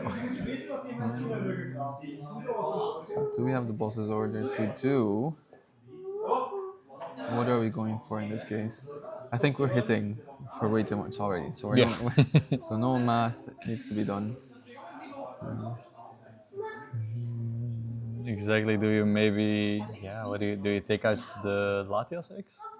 Maybe preventing some easy pivoting options, or Potentially, yeah. do you just go for Serendipity, preventing the draw? It probably seems to have more value. It's a more obvious choice, but I like this exploring out of the box options as well. But we've only seen one little owl open still for Brent, so taking out the Serendipity makes it much harder for him to chain these Pikachu attacks. Yeah. All right, Matthew's down to 4. He's got a very big hand as well. Yeah. As we see the Night Stretcher coming down immediately for the Serendipity. And we see also Big Steve saying that Brent's board of having 8 Pokemon in one row is pretty crazy. But, fair. That's true, actually. Isn't that the way Skyfield was played? So did people not do that back then? I remember putting him in 2 rows as well. Really? With Okay. my humble Raichu box. Well, I mean, all the live players and all the recent players do it, but I thought it maybe was due to the mobile game. But, Yeah, no, there's definitely a point where you start thinking in 4-3 instead of in 5. all right, so we flipped the script, and Brent's taking quite a long time here, thinking about what's best for him to do next. What attackers does he have on the board? He's got Lily's Clefairy, but that gets responded quite easily by a Matthew with an attachment and a Scizor. We've got Pikachu, but then we would probably need to find the Super Rod as well, along with the Crispin. And that's pretty much it. Yeah, exactly. Yeah, as it stands now, if they just go knockout for knockout, Matthew's winning this one, considering he can take two prize knockouts. So Brent is gonna have to come up with something here. If he does manage to attack with the Pikachu eggs this turn, he could sort of offset that, buying him a turn with Pikachu's ability. But we'll see. He's gonna start out with. Oh, it's a glass trumpet coming out. Oh. Taking off. So that's where the 3 energy switch with the glass trumpet really enables Brent to attack more easily with the Pikachu. So he's not just relying on the Super Rod play. Yeah. Does he actually still play the Super Rod? I'm saying that because that's being more common, but he doesn't. No, he doesn't. So fully relying on the glass trumpets. So we see the metal come down onto the Noctowl, and then this something. Is that a psychic onto the Fenrotom? Potentially leaving him as another option to attack with for a turn, because we haven't supported it either. But right now we're dual seeking, finding some training cards to help us piece together this attack. Crucially, if he does manage to take the knockout with the Pikachu, Matthew's unable to both disrupt and boss for a turn. So if Brent can have the option to then take out the knockout with Briar, and that's his 6 prizes for him. That is true. Let's see, so it's definitely taking the energy switch. What else do you need here?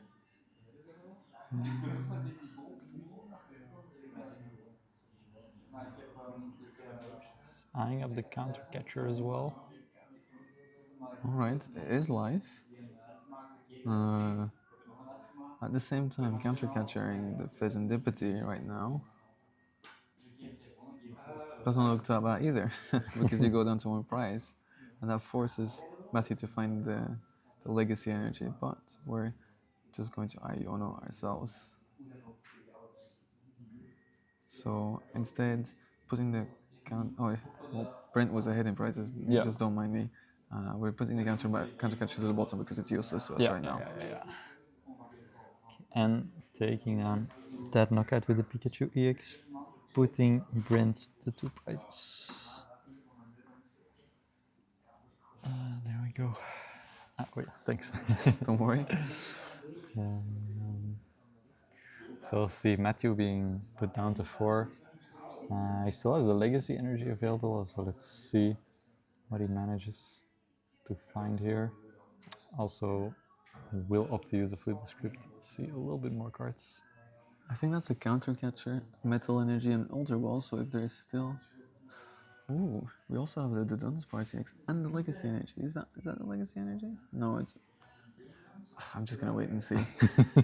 So many options. Yeah, I feel like a little kid in a candy store right now. But yeah, he didn't show us that little legacy energy. Exactly. There. Cheeky energy.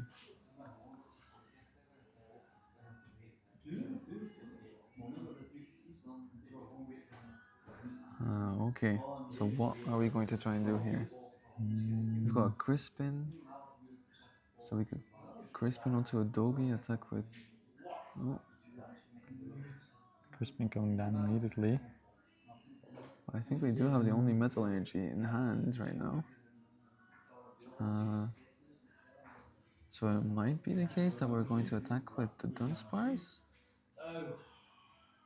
Yeah, I mean, that's for sure taking the knockout. I mean, not non-active, but that's for sure doing enough to knock out something, right? So we'll attach the dark to the Dunsparce. Oh, and then putting the energy in his hand so he can keep his resources, ultra balling it away. Yeah, fair enough. It's quite clever. Will ultra ball for the scissor, has the metal in hand. And the legacy is coming down on it. Counter catching the Pheasantipity again.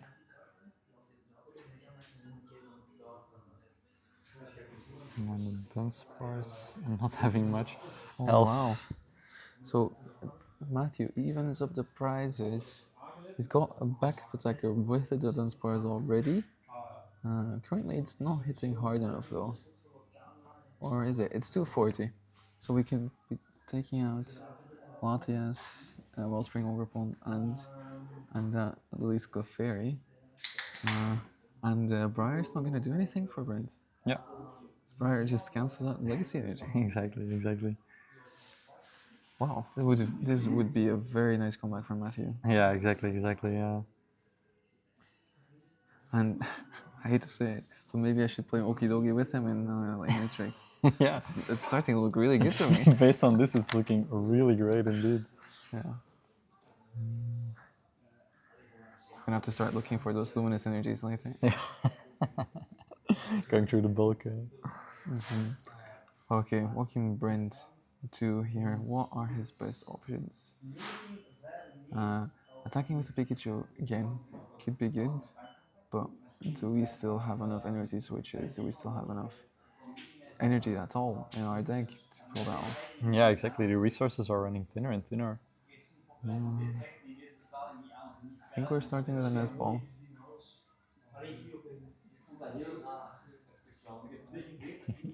410 damage, yeah.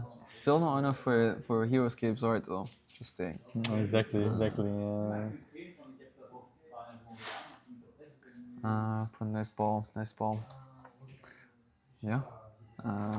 We see from Brent's body language, we can also make out. I think he's not quite sure what to do. He's already committed quite a few resources to take these 4 prizes, and he still has 2 left.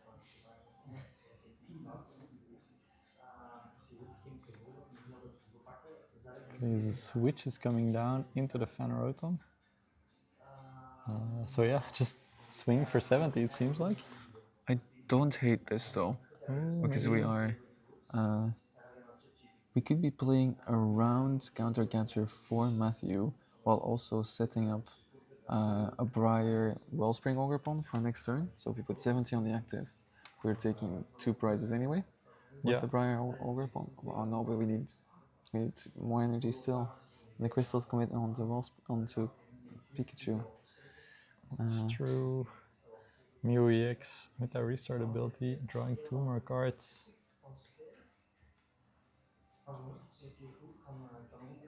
And the energy ended up going to Pikachu in the end. Oh my god, that's quite a big guy that just flew into. We just had a disruptive mosquito flying around. Don't know what his game knowledge was, but He heard about the Okidogi and was like, let me get in here. I know something about dogs. But we've got the Briar coming in. Did he play it or? Yeah, I think we did. Are we just burning it? So we don't want to draw it to it again?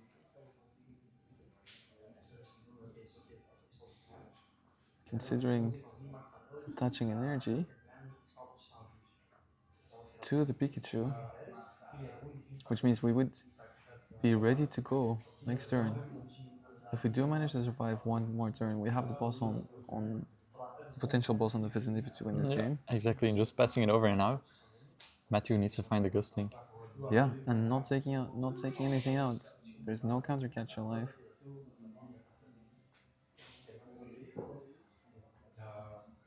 Let's see, he's not slamming it down immediately, so. No, indeed. Just have some options. Manages to attach to Serendipity. Here's the Dunsparce EX into the research. So we're not winning yet. We're not winning this game. Yeah. This turn.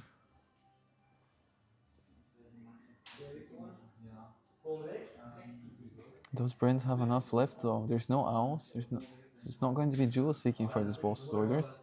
We have 1 card in hand. We've got Mew for 1 more potentially, depending on the cards we draw. See, as Matthew. Yeah, at this point, probably looking to thin the deck more. Maybe in hopes of finding a boss next turn or Oh, and he's going for the attack. Interesting.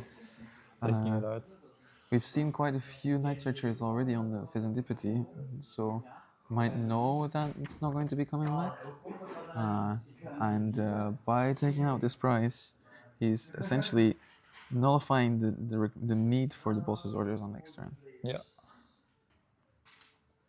That's true. So, yeah. Putting Brent on the 1 turn clock. Let's see how Brent solves this. There's 2 cards in his hand, but they seem to be not what he's looking for.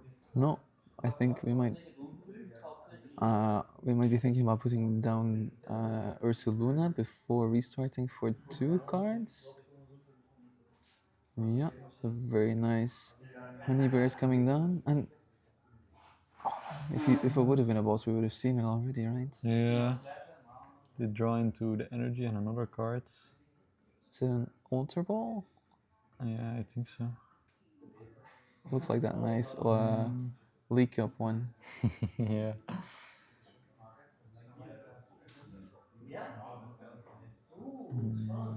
Yeah, I think that might be it. Scissors hitting really, really hard already. So. See an Ultra Ball come out. So Matthew now knows that Brent doesn't have anything left in his hand besides this Pokemon that he's potentially searching. Yeah.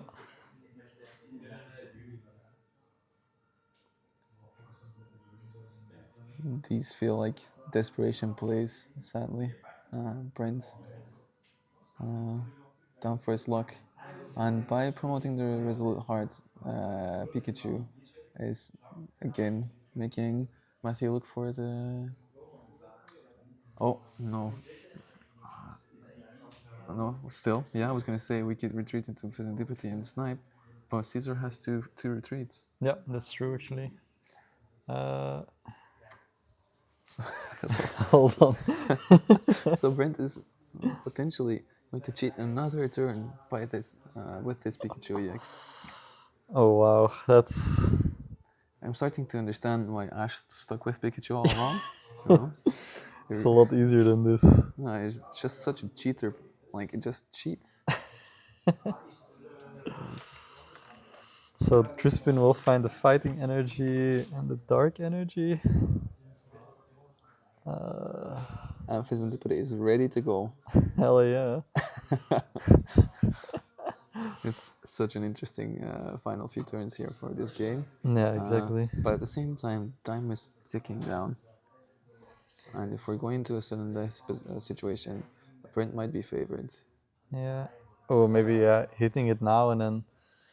Let's say your Fezandipity lifts it, can snipe off the Pikachu on the bench. Oh, big restart for 2. Here it comes. Oh, it's a night stretcher. Doesn't seem like it. But the bench is full. Is that night stretcher? No, it's in area 0. An Ultra Ball. Oh, And there's the see the concession. concession. What a series, what a set. Holy, Wow, Okie holy dokie, cow. going to the finals. And is the boss anywhere near? Oh, is that it? No, still no. There. Oh yeah. So we can hear some exasperation on Brent's side there. But yeah, incredible set. It's taken something out of us, honestly. And Yeah. I hope you guys at home enjoyed it as well. Any takeaways? Any takeaways? Yeah, so Okie dokie for Utrecht, maybe? Yeah. Oh, we shouldn't have streamed this. Oh no, everyone's gonna be onto it now. That's true, leaked. But we do have to say that Matthew's been playing this deck for a while now. I think the first version of the list that I saw come up from him in our little secret group chats, was almost 3-4 weeks ago. Okay, I picked okay. it up, tried it a little bit, and I was like, nah, this just isn't good enough. But Matthew's just proving us wrong, proving me wrong at least. Yeah, exactly. It seems like he's really going all the way this tournament, and like you said, displaying an excellent showcase of what this deck is capable of, really pushing it to its limits. And Incredible. Yeah. Yeah. Incredible play. I do believe I saw Tom walk by earlier, and I gave him a little thumbs up, and he gave me one back. So that means he is going to be playing the finals against Matthew, and he's also Okay. on the Terra box. yeah, exciting. So we get to see this matchup again for the finals. Let's see how Tom faces off against it. And Matthew, of course, by now, I'd say he knows the matchup pretty well. So there'll be an exciting finals for sure. Yeah, we haven't seen the list yet, but I do think Tom plays a more conventional version of the list, so maybe that has more legs in Yeah. this set. We'll just have to wait and find out. We're going to a short break for more fridges, and then we'll be back with you guys for the finals in just a few moments. Hell yeah. See you guys.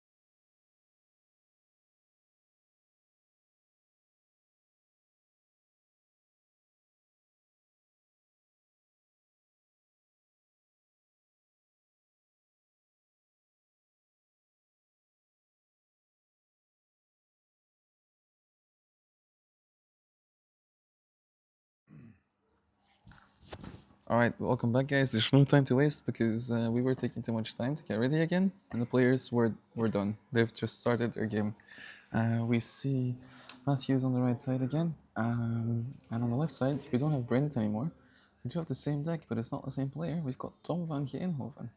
Uh, Definitely another really well-known player here in Bonn. Yeah. I think Tom, sadly, hasn't really had the opportunity to shine as much on regionals, at majors, but he's been taking down, or at least he used to be taking down local after local, Yeah, sort of considered to be the local demon here. for sure. Yeah, he even had like maxed out his 6 cups, and he kept coming back to win them. Even took them away from Wolves players. He's got no pity on them. Anyway, we've got Matthew going first. Was able to develop a Dunsparce, a Scyther, and an energy on his Okidoki. And now it's on to Tom. Yep. So yeah, great. We saw in the previous set we saw the Terrabox playing going first twice. So now we see Matthew going first twice. It'll be interesting to see how much that changes. I assume it's better for Matthew. Just giving him just that bit more time to get set up, get all his attackers, and yeah, get ready to start sweeping. Yeah, for sure. Just having that option to evolve away the Scyther, evolve away the Dunsparce, so that Tom doesn't even have the option to go into the Wellspring Overpawn is so strong. Yeah. Exactly, as we see the fan rhythm coming down for Tom, sort of the bread and butter of the deck, of course. Able to get out your drawings and able to deck check. As we see Tom opting for double Hoot Hoot and a Ditto. So do you think he'll still go for the Wellspring in the active attach? Do you think you stick to that? I'm not too sure, honestly. I wouldn't think so. We're gonna see it anyway. We're gonna see what's coming out. Maybe we have an early. Oh, pardon the motorcycle in the back. But maybe we're going to Littlest Clefairy.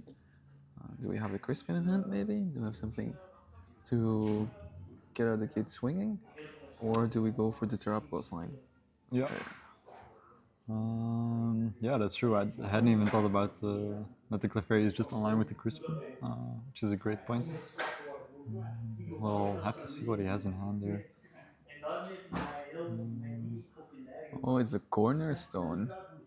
Oh, is the interesting? Okay. So immediately going for the cornerstone approach. Which is generally included into the deck in the deck for the Golden Go matchup, for example. Yeah. And we did have the Crispin. Interesting. Okay. Well, regardless, the Clefairy would have been return KO'd by the Scyther, so it might be a bit more of a risky play here. And we are with the Crispin, we're able to develop 2 energy already onto this cornerstone, and the attacker that Matthew has in the active spawns isn't going to be dealing with it at all.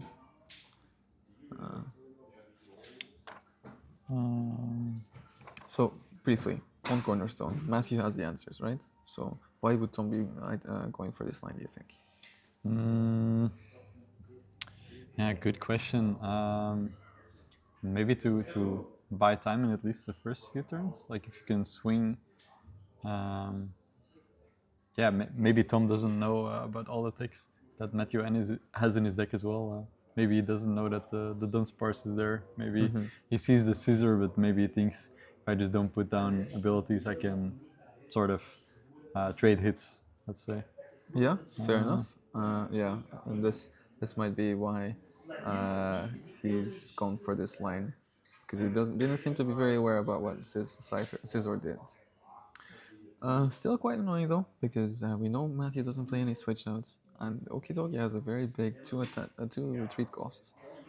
So this attachment on the Okidogi is essentially nullified. Yeah. Oh yeah, that's a great reason as well. Because of course it's quite big. You can't just attach retreat to it to retreat. Let's see. So Matthew will opt into the artisan here, getting another Dunsparce.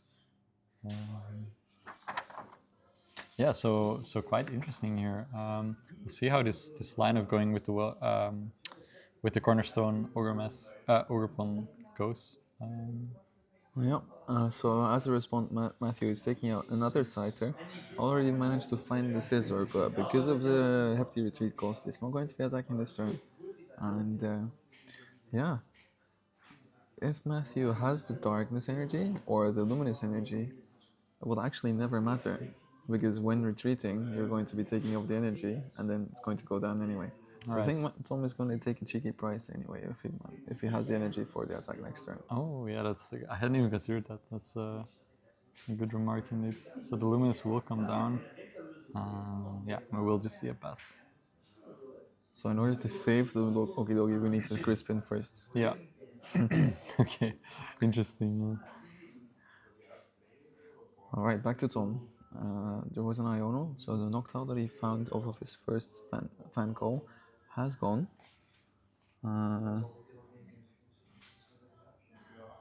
All right, so we got Jimmy in the chat that apparently played against Tom during Swiss, so Tom should be aware of all the inclusions. Thank you, Jimmy. We did find another Jewel Seeker. Going to find a boss and an earthen vessel. Crucially, 140 HP on the scissor and 140 HP on this demolish attack. So a very, very strong play here. Yeah. The math is perfect. And as we do see here, yeah, the cornerstone ogre pawn will be able to buy some time. It does indeed, yeah, forcing Messi to find another scissor to even just start damaging. Yeah. So currently we've got 4. Oh no. With a Noctowl, though, we do bump up the abilities to 4, which means we do have the return KO if we do runaway draw into another Scyther. Yeah.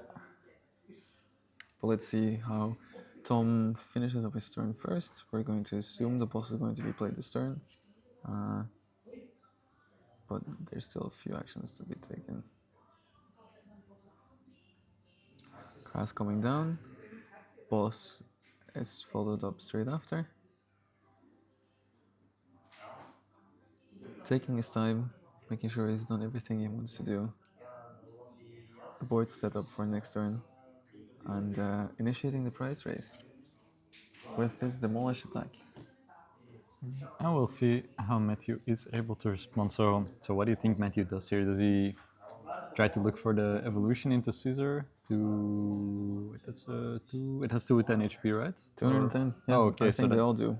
Okay. So we're hitting the perfect numbers. We just need to find all the pieces. We have a boss in hand, an Iono, and 2 runaway draw the Dunsparce. So we're going to be seeing all our cards. And the first 9 of these essentially are going to be without any disruptions. Yeah. So there we go. I do believe I saw an Ultra Ball in there. Yeah. So that's one part of the puzzle already.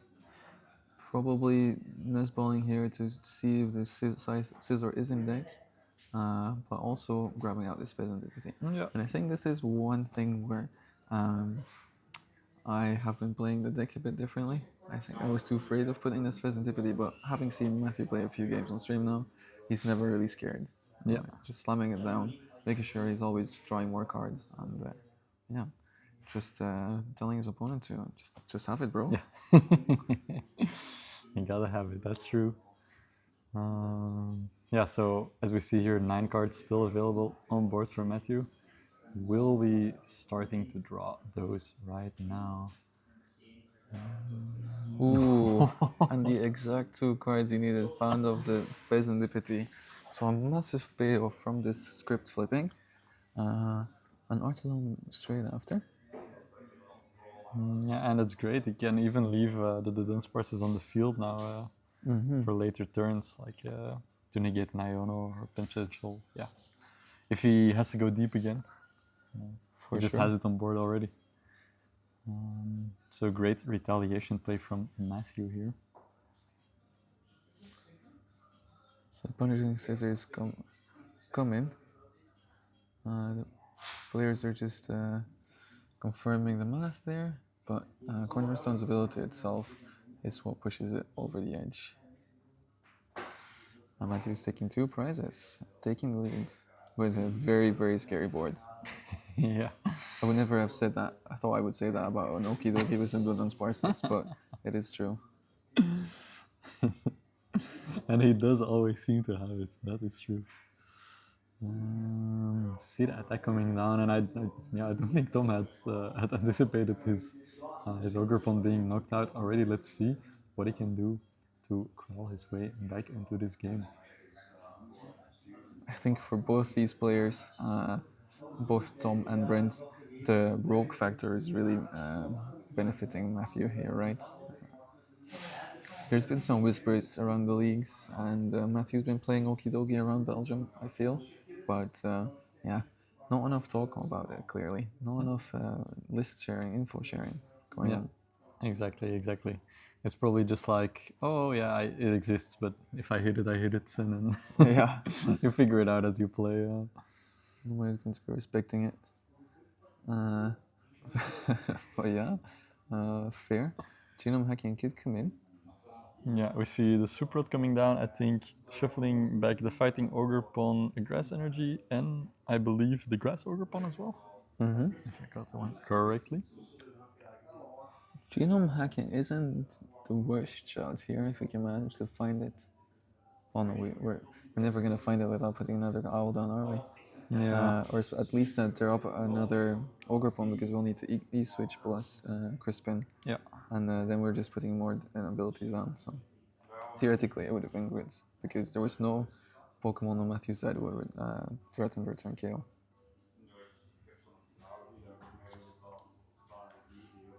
So jamming tower coming in. There's a few tools in Matthew's list, but not extremely relevant right now. as we see the restart come down for just one card, and we'll be opting to retreat into the Fan Rotom. Yeah, and probably just pass the turn. So yeah, that knockout managed to buy Matthew quite some time. He's now up in the prize race as well. So let's see. I think if he can find a cheeky boss here, he might be. It's there. He just has it in hand. Straight in hand, and with the Pheasantipity, we're up to 4 abilities again, so Scizor is going to take 2 more prizes. We're prepping the Dunsparce that isn't able to run away draw currently with an energy, so he could always be evolved into the Dunsparce EX to attack with. Because we have to be respecting the Sob again. Yeah. What's that Pokemon that came down? Is that a Pikachu? Yeah, it is. It looks like it, yeah.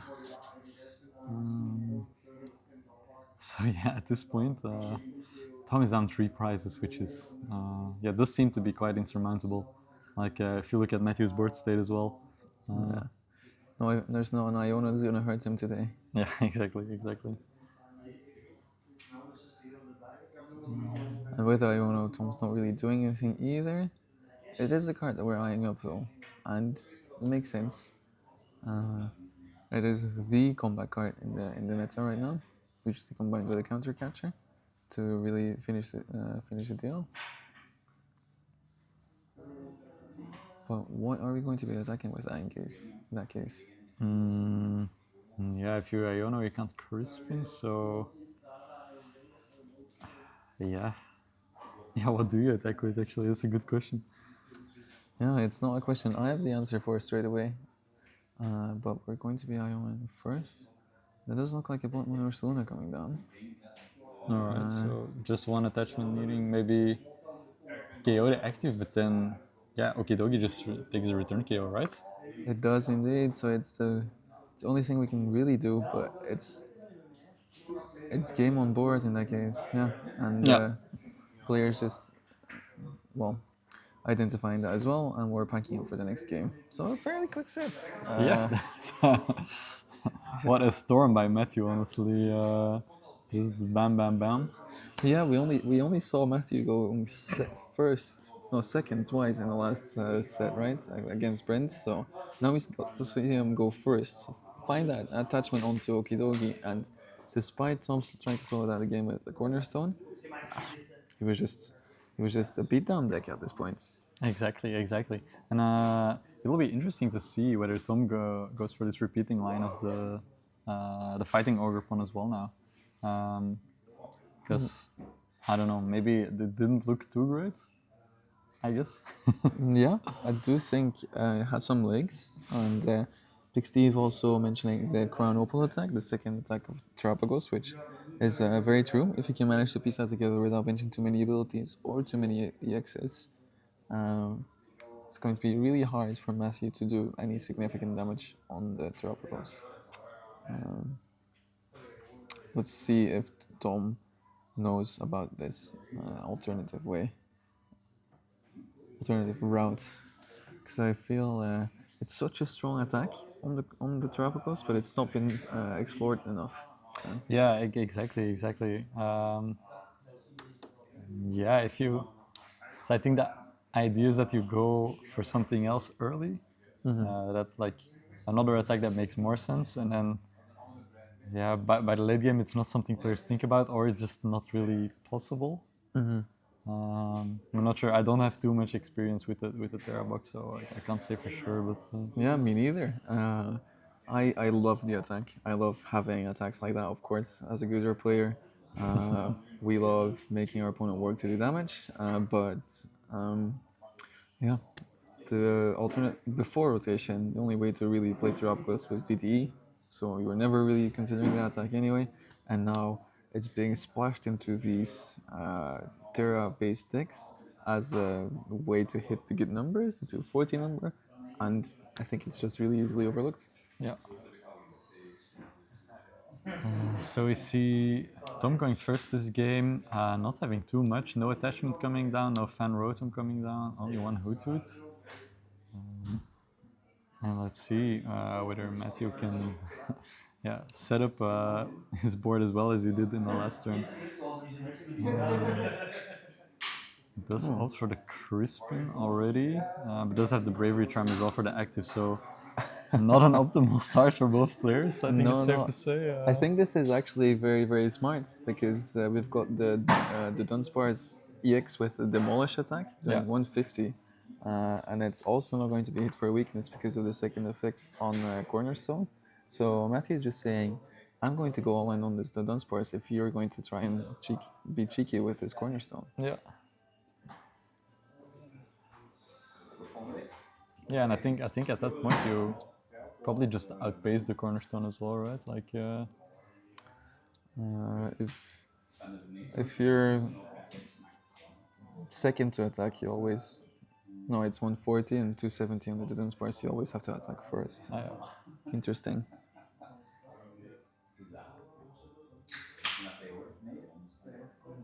It is a very saucy list indeed. First, the Dunsparce coming in here. Well, are we ultra balling? We must be ultra balling.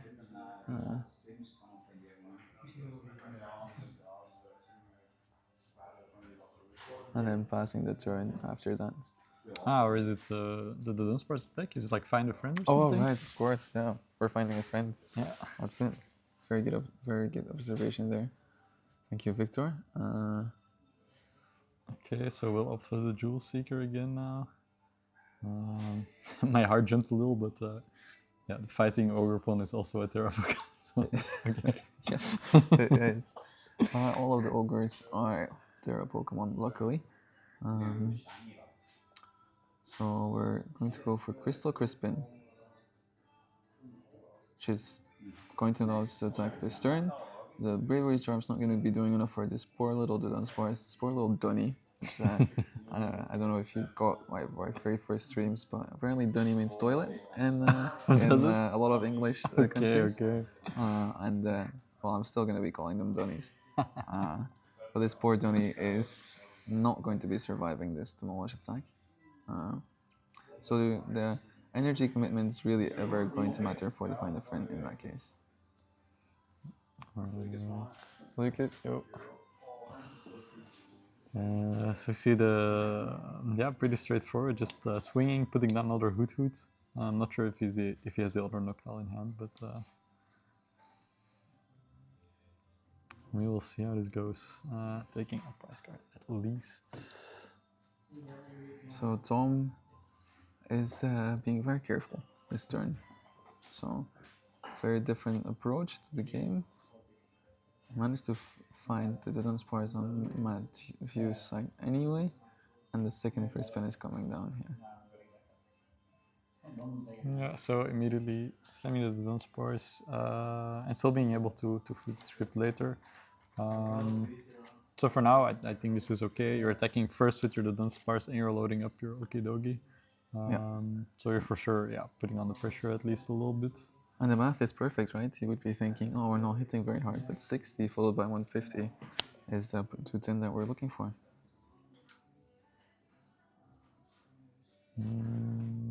So he's going for double attach on the active. That's interesting. Yeah, that's good. Yeah, so we don't need the Crispin next turn in order to piece the demolish attack together. So they're both going to be demolishing. I think it's demolish, actually, on the Dunsparce 6. If anyone in the chat can confirm that, that would be great. Yeah, honestly, it sounds correct. So. They're very angry, big guys here in the active. But we did find the Scyther of the Artisan as well, which again, is such an efficient backup attacker. The Okidogi would require us to find a Rainbow Energy. With the metal committed to the Scyther. Scyther is actually going to be the exact same thing, but if we can manage to recover it afterwards, or even just use Scyther as a pivot, that would be good. So we do find the Ultra Ball. Soon to get the other Noctowl, get a better setup. And we'll see what Tom will choose right here. Taking it slowly as the Terrabox player here is, at first glance, an obvious and very interesting thing to do, but it does cripple your deck quite a lot, right? These decks are really built to rely on the Jewel Seeker ability, to have a lot of abilities down, a lot of owls flying around. Yeah. So instead we're grabbing the Terrapagos here. Exactly, so energy in hand, we'll be setting it up for an attack next turn. Sadly, we won't be seeing the Garnople coming into play. Yeah. Because of the crystal being committed to the Ogre Palm. Exactly, and we see exactly the line you mentioned, another attach on the active. To be able to take that knockout. Oh yeah, actually never told the players to be using these dice, but thank you, Jill. You're a real legend. I did purchase these off Amazon. It was a really hard thing to find. Yeah, like slightly bigger dice. Right. But every time I googled it or searched for it, it was a big plushy dice you would find, and I was like, yeah, those are not gonna work. But Matthew's going to Iono here. He's going to be drawing 6 cards still, and Dom is going to get 5 from that. Yeah. At this point, it feels kind of illegal to be down in prizes, but with far superior board state. See it happening. Let's have the Artisan still for the other Dunsparce. I think Tom has also now just realized the math on the Dunsparce. I'm not too sure, but he's sitting back. He's not too happy about this, about how this game's going right now. Yeah, no, I don't think so. As we see the first 2 prizes being taken by Matthew.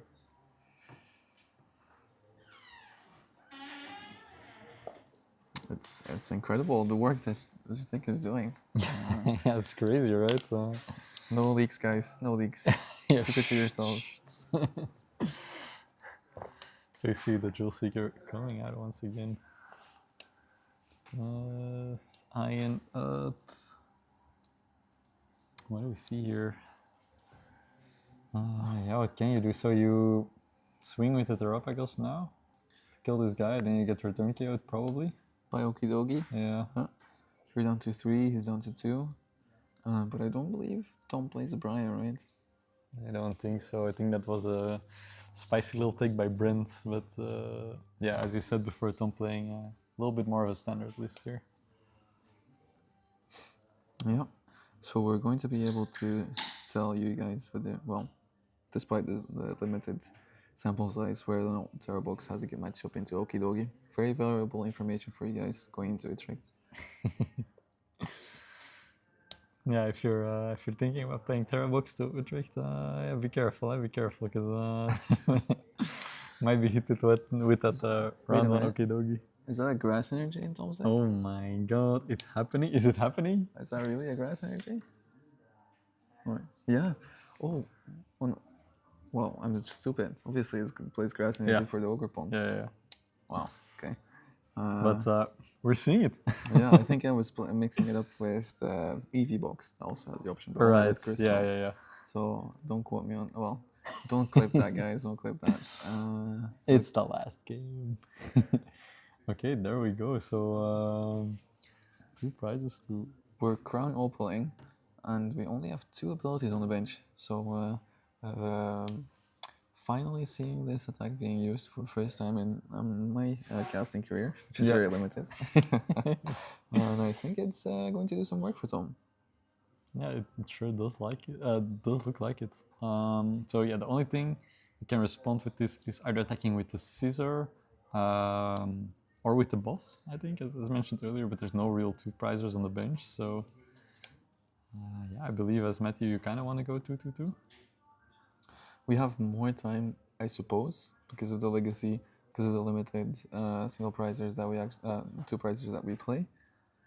But yeah, potentially bossing the Noctowl is fine. Yeah. Even hitting 110 isn't enough, because if then Tom doesn't bench another ability, then we're not taking the knockouts either with the second scissor that we would need. That's true. Is there a way of considering the low damage output of Crown Opal, which is only 180? I don't really think anything tanks. Yeah, maybe recycling the Dunsparce and. Hitting for 60?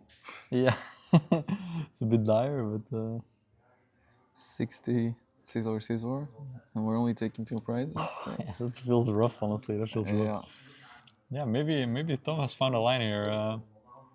Let's just save him, and by this time he's also down to 3 prizes already. So Matthew is definitely on the clock here. There's one Pokemon that actually does damage right now, and is this the Dunny in the active? It can gnaw for 20 damage, I believe. Now for 20? Yeah, Wait, and Crown Opal only blocks damage from non-colorless basics. I don't know if it's going to matter, guys, but yeah, it does work. Does the 20 matter? So it has 230, right? Yeah, so that's 20 scissor, but we're giving up 3 prizes to take 2. Still not very good. Still not very good. But we'll see. Yeah, Matthew identifying the problem and already looking for the second sighter here. Yeah, we'll see how he's able to deal with this, of course. You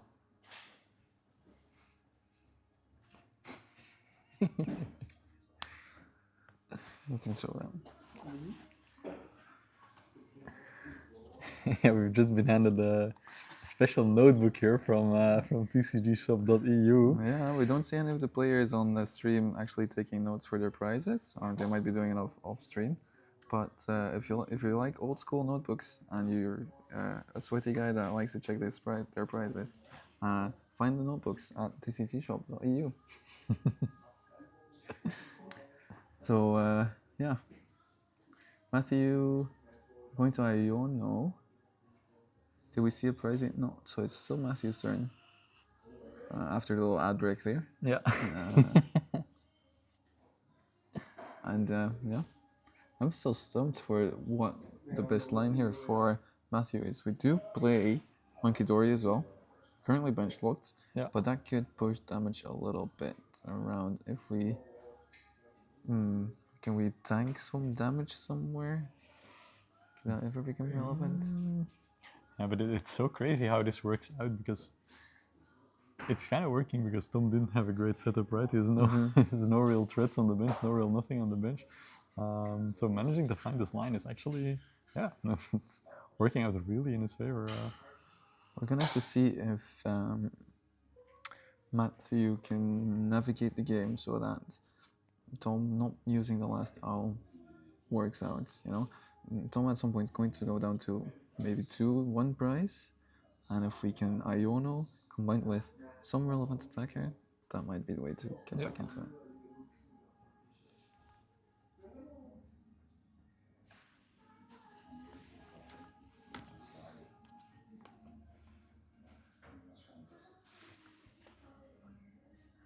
So let's see, Tom is now... Did he check his deck with Artisan or... That must be... Yeah. Yeah. Anyway, regardless, he's going for the Crown Opal once again. Be taking another prize card and going down to 2. So yeah, basically giving Matthew like 2 turns. Like he can, I guess, potentially buy a turn with a Fizz. But I think the best thing for Matthew here is finding both boss and counter catcher. That does work. If Terrapicos goes to the bench and comes back into the active, it's essentially a new active Pokemon, so the effect disappears. Yeah. Oh yeah, that's a great art as well. It is of course an effect. So we'll see. For now, Matthew's just setting up his attackers, researching away his hand. So it's just boss. So he's not boss and counter catching this turn. He could potentially still take out maybe the owl before doing so. Yeah. And then leave Tom essentially with only 2 owls on board. 2 big owls that don't do anything for him. So we see a counter catcher and a boss in hand, I think. Okay, so do we use one this turn? Or do we just sacrifice a Scizor with a Legacy Energy? And do it next turn? 2 counter catchers with an Iona would be even better. Yeah. And I do think we play 2? Or just a 1? Oh, it's just a 1. Just a 1. Okay. That's fine, but at the same time, Tom potentially has the option to end the game here if he can go wide and look for a boss on this Serendipity. It could just be over now. I'm not sure. Has he already expended? We see 1 area 0 in the discard. Yeah. Let's run 2 bosses order. We'll see what he's able to do. But for now, he's also, sitting kind of pretty behind this Terrapagos.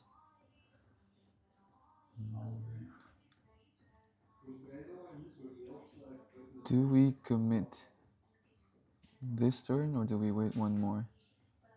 The jamming tower is coming down. Currently fairly irrelevant. So Tom's definitely doing the ability math here, right? He's scared of putting down this... should he be scared?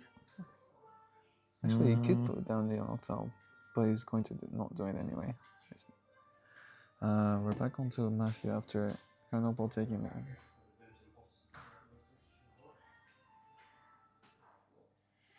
Okay. So I believe he counter catcher bossed. Yeah, so the effect's already been done. Yeah. That was the first thing Matthew slammed down. Let's just pick up where we left off. It's going to into a Serendipity, despite Tom not drawing any prizes. That feels so rough. Yeah, exactly. I almost thought, is that a condition for the ability? But it's just a knockout, right? It just works like that, exactly. As we see the Okidogi coming down now, the effect being removed and Matthew going down to 2 prize cards. Good punching his way to even pricing. And now Tom only has this 1 Jewel Seeker to work with. He needs to piece something together that would take a knockout on this Okidogi without going down to the Dunsparce X. Yeah. So I think it's time for Lily's Clefairy. Yeah.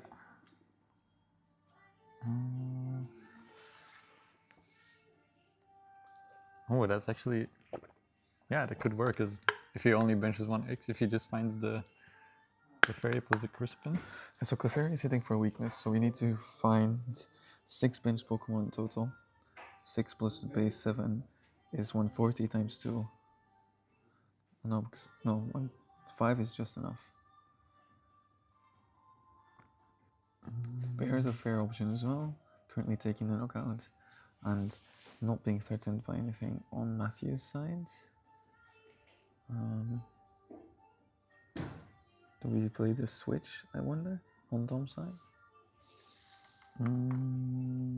I do not believe so. No, no switch. Okay, so it's fairly hard to reset the bear next turn. Yeah, exactly. He does have the Turo, but he might be needing to use that this turn if he can't find the Latias. Jewel Seeker's also not live.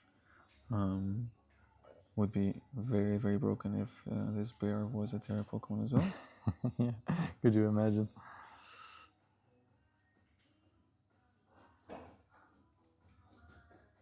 So yeah, Crown Opal did put in a lot of work for Tom, but is it going to be enough? I feel like if we manage to take this knockout, it might still be okay for him. Because Matthew does not play the Blood's Money originally himself. Yeah. And we also know that they don't knock out each other, right? Yes. It's not like the Mewtwo Wars from back in the days. No, indeed.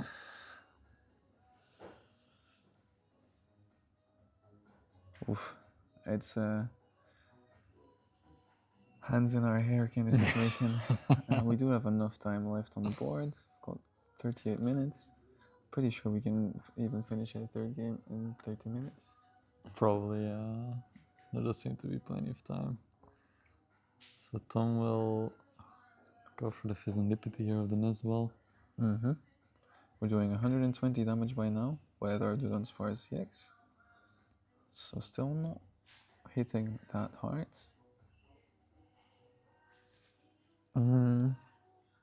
It's not impossible for Matthew either to get a Okidogi charge in one turn. We have to be clear on that. We don't have a way to find a basic Pokemon yet with Artisan being bumped either this or last turn. But with a Crispin and the Luminous Energy, we can still attack for a game. Okay, it does find the Nesball and the Latias. Oh, and the boss's order, well. there it is. That was an incredible flip of script. We could have probably told from Tom's body language there and his pace of play. He just gets so excited, right, when you draw it, when you draw the nuts, as you would say. Exactly. But yeah, there was some discussion in the chat going on whether or not Crown Opal was going to be enough. But it looks for now, for this second game, it was. Yeah. Exactly. So yeah, 1-1. Going to a third game. Tom managing to pull that one out. And yeah, let's see. I mean, I assume this game Matthew is going first again.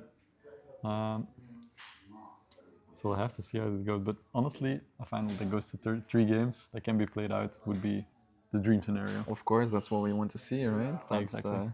That's what the players probably want to see as well. Have it just come down to the final game. Makes so much more sense.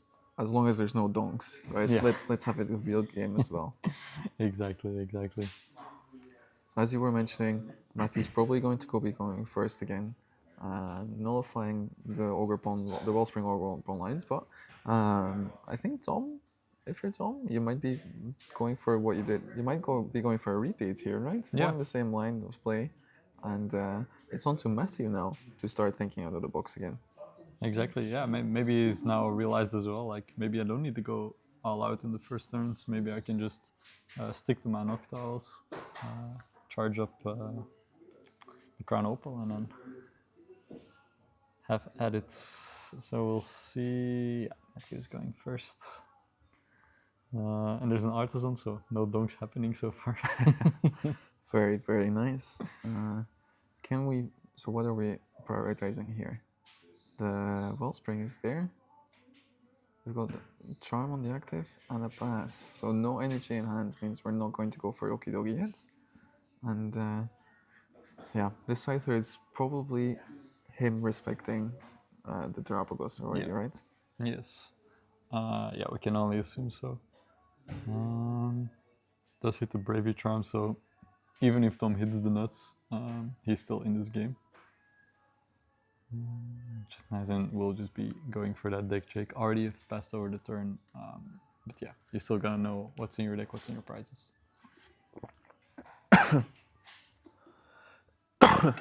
Oh, sorry. Water going on the wrong end there. But yeah, respectable, right? Doing the deck search on your opponent's turn, if you're both cool with it, saves a bit of time in this situation as well. Yeah. Exactly. So, Tom debating what to do here.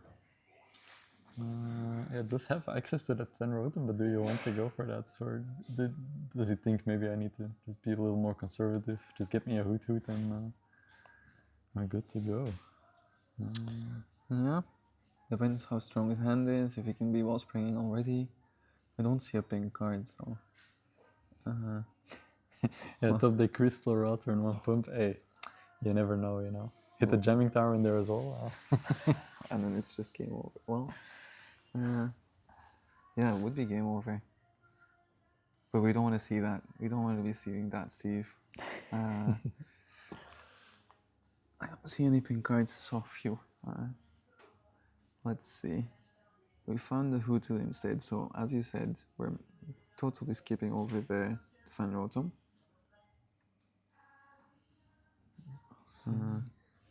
And we're considering Ultra Ball next. I think it's MJ in chat. Well, feel free to hit me up on Twitter and I can tell you what I'm using for the production here, for the camera and everything. But a shout out again to the local hero and goat Simon van der Borgt, who's actually the OG that did it and taught me how to do it as well. So ultra balling. We're ultra balling away research, and is that a counter catcher? I'm not too sure. Something he doesn't need anyway. Yeah. We'll see. There's quite a lot of hesitation here coming out. I believe he's holding onto the Crispin as well, so yeah, maybe opting again to lead with the Fighting Ogre pawn and then maybe pivot later into the Terapagos with the Crown Opal. We'll see which line he goes for here. Could be interesting, yeah.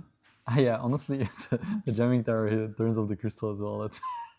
That's true, actually. Yeah, I've been through this exact reasoning as well before, and then still I was caught up by it. So like, yeah, no, it's just dumb. Fair enough. It really matters in the Gardevoir matchup as well. They can charm the rolls, and then active rolls and do the exact same thing here. Yeah, that's true. Actually, that's true. So we're just sobbing, which isn't that strong, because Matthew can get it out of the active with a runaway draw, but nothing really exciting to be attacking with after though.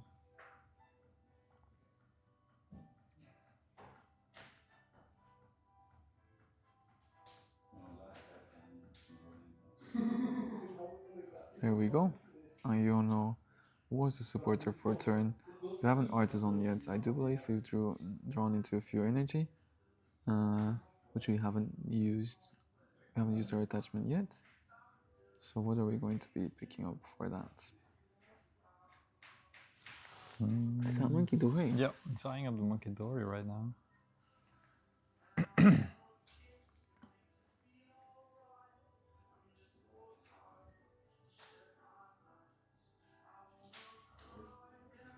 I wonder.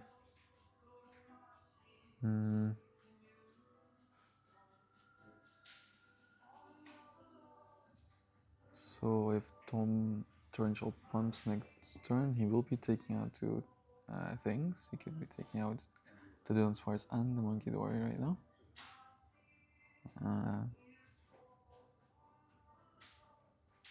So I'm trying to see why we're going into this Monkey Dory at all.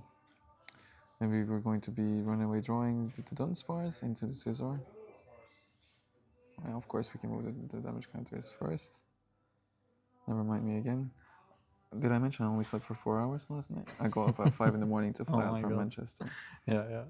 It's rough day. Yeah, it does. Trying to find excuses for my dumb comments here. No, it's okay. So it does It does 100 to the active and 120 to the bench? Yeah. Or? Yeah, okay, so it checks out, I guess. We'll see, does the 20 damage matter on the fighting ogre pawn? In niche cases, but I don't think so, maybe. So it's 120 now, would be 140, and then, yeah, no math that comes to mind straight away. Jamming Tower could be a pickup now, though, because Jamming Tower plus Crispin will be taking 2 knockouts. Yeah, that's true.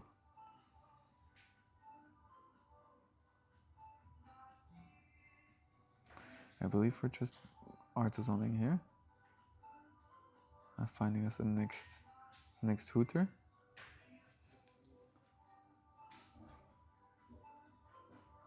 But what was Tom given off of this Iono last turn?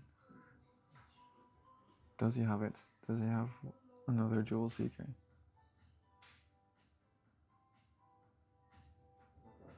Players really can... He's looking at his hands. And I believe that was a little check on the amount of cards in Matthew's hand as well.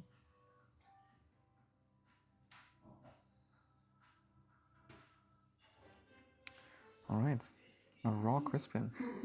That's pretty good. Do we have the water energy index though? Because they do only tend to play one. That's a psychic. Is it water already on the active? That might be. I'm colorblind, so you'll have to confirm that for me. It looks the same color, but it might be the glare. I'm not sure. Yeah, let's assume since he grabs the psychic, he probably has the water Yeah. in active already.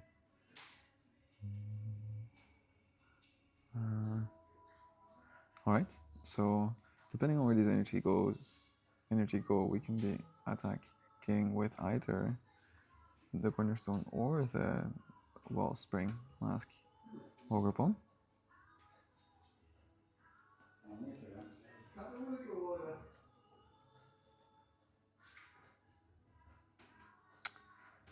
What line would you be going for here, Victor?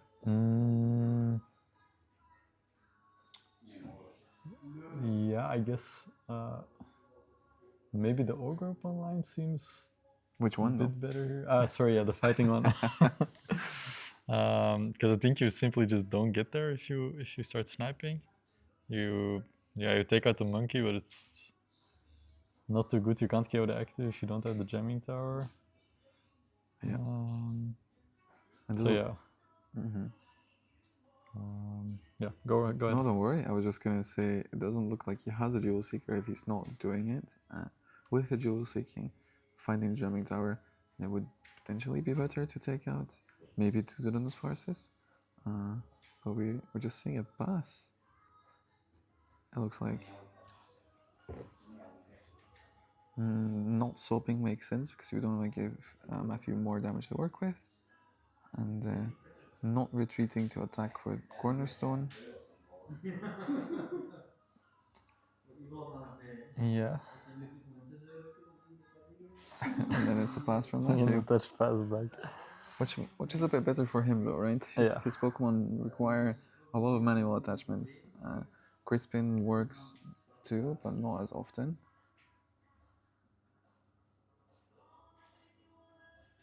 Alright, so Tom holding off on the attack because he wanted to take out this Monkey Dory. If we're going to start the swings between the Dunsparce EX and Cornerstone, then the Monkey Dory math might actually start mattering, right? Yeah.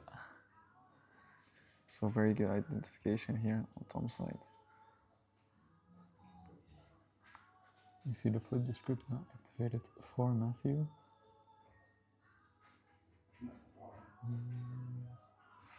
Let's see, Scissor hits for 60. That's not great. No, that's not relevant anytime soon. And the Dunsparce for 120? Yeah, which is a little bit better. Right, that's fine. Yeah, I think you're already banking on two-shotting. Right, so you're already banking on two-shotting it anyway, so. And we're winning the price trade in that situation. And I'm not too sure if Monkey Dory actually would have mattered. Because 120 plus 30 is 150, and then we're still on to 170, right? Yeah. but monkeys are very dangerous generally. There's even a lot of debate right now if 100 guys could win against a gorilla. Maybe that's why Dom's like, I'm betting on the gorilla, and I'm betting on this monkey dory winning the game for Matthew as well. Maybe. What do you think, by the way? It depends on the order, right? If they're all fighting at the same time, and that's never really an argument, a point of discussion there. So That's true. That's true. but I would be scared. I wouldn't want to be one of the 100 Yeah, guys. no. I'll tell you that. Because I feel like mentally it takes you out as well. Because like one of my roommates was arguing like, okay, you send 50 guys to die first, and then maybe the gorilla gets tired or something. But oh my god, he finds the boss here actually. We do find the boss for a turn. I'm not too sure. Did we see 2 attachments for a turn? I believe the luminous, the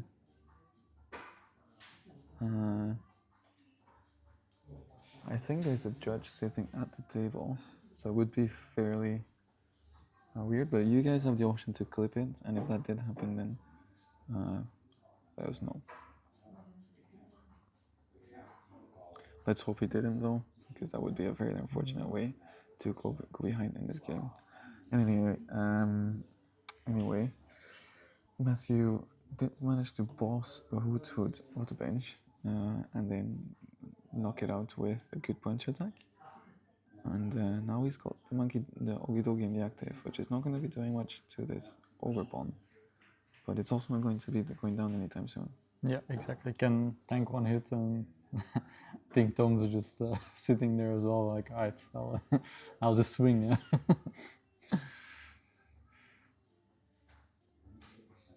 So we'll see double supporter as well.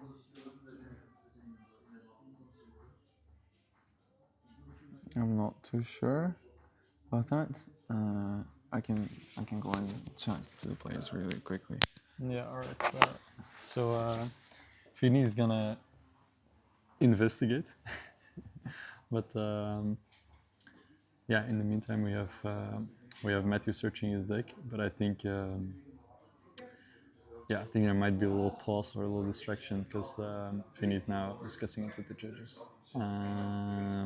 But he's already coming back. It seems like it was fine, so yeah.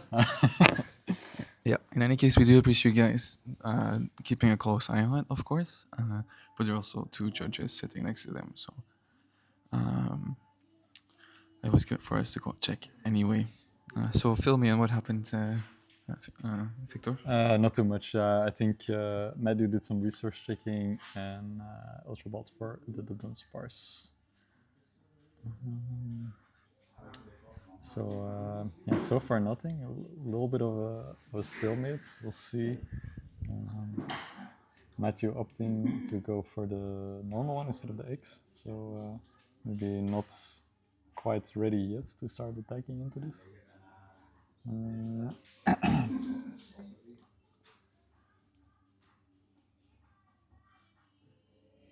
You can't rewind the stream, no, but if you use the clipping option on Twitch, you can usually rewind a few minutes. In any case, the judges are fairly confident nothing wrong has happened, and we are continuing here.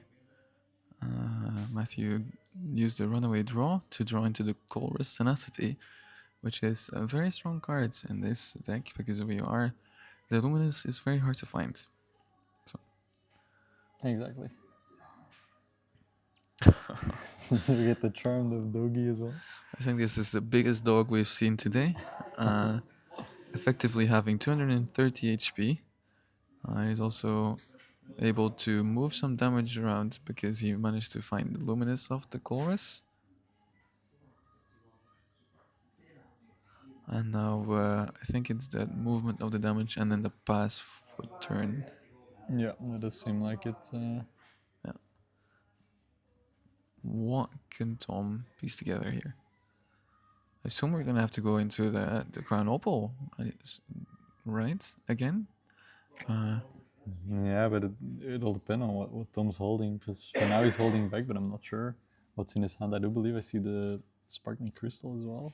Could come in handy to yeah, get that attack ready in one turn. We'll have to see what he decides to do. It's such a shame though. Karnopol's not even taking a knockout right now. Exactly. The doggy is just too big. And then with Jamming Tower it would, but then we're back to Crystal and Jamming Tower, Yeah, right? So exactly. let's not talk about that again.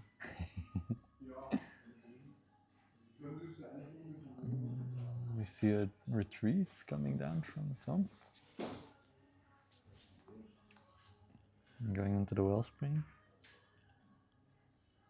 There's only an energy and the crystal way of using the Ogre Pond's torrential pump attack. Ooh, he's got the buzzing hand as well. It's going for the 2-price turn.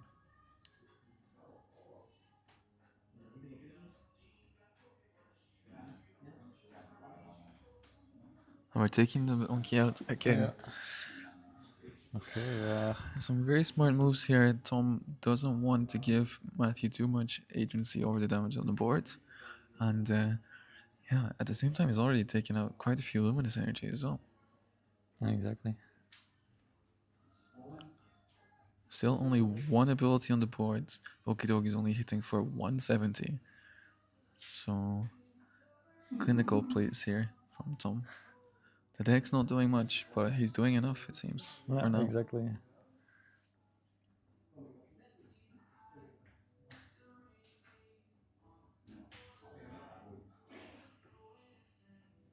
So Matthew going for Diona once again. Tom will put down to 3, but still, of course, has the option to Jewel Seeker if he manages to draw into it. Yeah, only three cards. I didn't manage to pick up on what he was holding on to. Oh, is that the second monkey? Is there 2 in the list still, or? Oh my god, there's 2 monkeys. There's 2 monkeys. Yeah, I do think the Dragon Ball matchup is almost undoable otherwise. Alright. We found the second monkey and the legacy energy. So, but we're going to be runaway drawing first. Not committing to any lines yet. The Dunsparce are on the top of the deck. Matthew's probably considering whether or not he's going back in before shuffling up. And that's exactly what he's doing with his Artisan.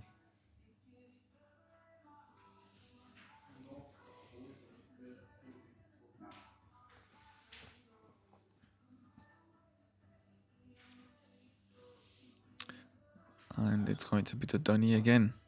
So no Scyther, no Doggy. He wants to have more of these special snakes. Yeah, I guess you could call him that. I think there's a real life animal or some legend that they're based on. But Probably. you'd have to consult Bulbapedia for that. I think there's only 2 Monkey Dory in the list, right? Yeah. So, for your knowledge, Tomake, there is only 2 instead of 3. So legacying up the scissor and then hitting the water pond.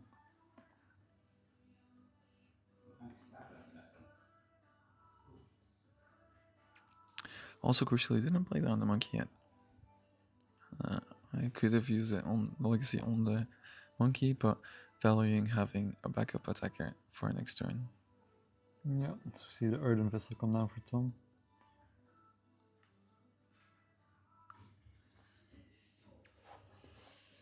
What do we want here? We're not going to be attacking with Cornerstone without a lot here, actually. Yeah. We don't have a way to retreat the Ogre Pawn yet, the Wellspring. We've only got... Is there 2 energy on the Cornerstone? No, right? There was an energy switch that enabled the... Yeah, retreat and energy switch, so there's just 1 on there right now. Second monkey has hit the board. Yeah, and we don't only have 3 cards to work with. Yeah. And 2 of those are on the board right now. That's true. Let's see what else Tom has. Yeah, might just be forced to start loading up his Ogre Pond manually again and just having to concede this water pond to the doggy. If we sub, then we do have the return key up next turn because we're going up to 130 and then 140 from the demolish is going to clean it up. Yeah. Unless the second monkey does hit the board. Yeah. And I believe, did Matthew flag it already that he has it, or No, it's not been revealed. Okay. Jewel Seeker coming in. So out of the 4 cards, at least 1 owl came up. And that opens up a lot of different plays, of course. So we're not just going to have to solve.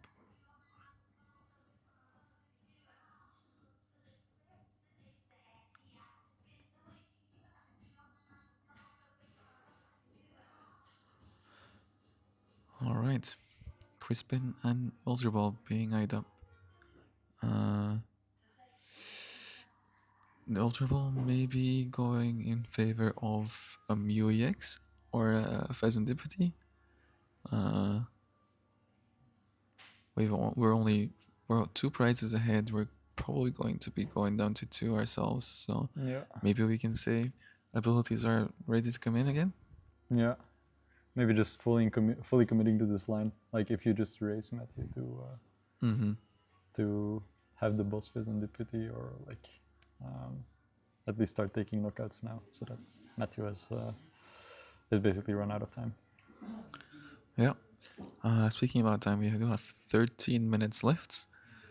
So especially Matthew is going to start to have to play faster, have to start playing faster. Yeah. So Dom going down to 2 prizes remaining.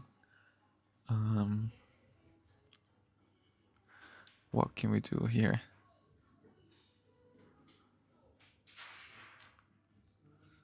Cornerstone has 170 damage. Well, Wellspring has 170 damage on it. Cornerstone has 5. Could we potentially monkey twice? While taking out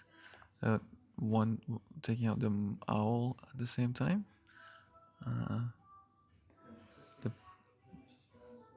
There's too much damage on our Okie Dokie to retreat it, right? If we take out the Luminous, we're giving away a prize. That's true. You have to carefully maneuver this turn.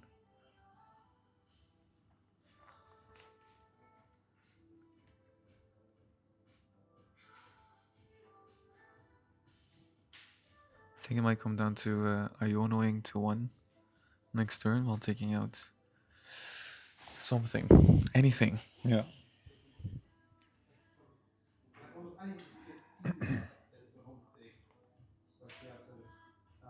So apparently there was some damage miscalculations. The players are just confirming that with the judges.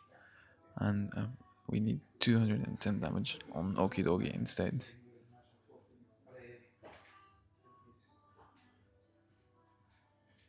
There was 1 torrential pump for 100 damage, and then 1 demolish for 140, and then 1 monkey door healing it off. So that would make sense. Yeah, checks out.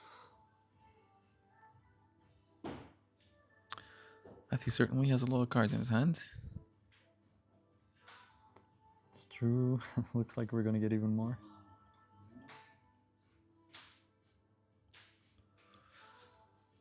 Will Pheasantipity become a liability for him? Are we going to see another bear into boss? Bear into fist for boss? It might.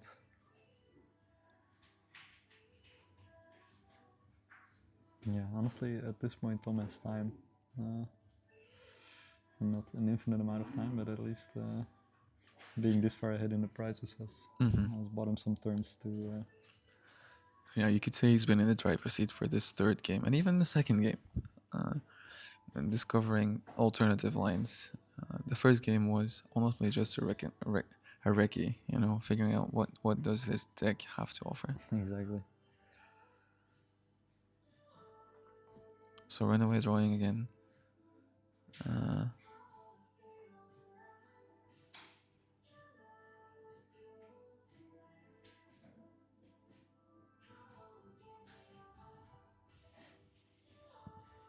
Found a Pheasantipity, Bravery Charm for Pheasantipity, which is going to play around the Blood Moon. Yeah, and I think we picked up on the fact that Matthew still hasn't shuffled from Runaway Draw, but we did also hear him say that and see him shuffle right now. Yeah. A very careful player, right, Matthew? And not to say that he wouldn't make a mistake, but I was definitely hesitant to believe that would have happened earlier. Yeah.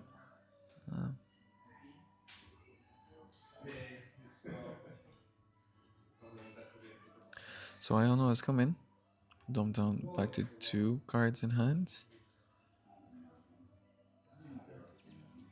And we're super rodding. Yeah. Looks like the monkeys are back in town. Probably has a has a way to get them as well. Does have the artisan still available? Should he want to go for that line right now? Does seem like it.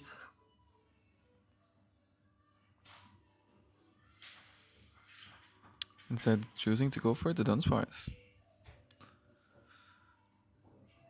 I'm prepping the one of the Dunnies on the bench to evolve into the big Dunsparce EX.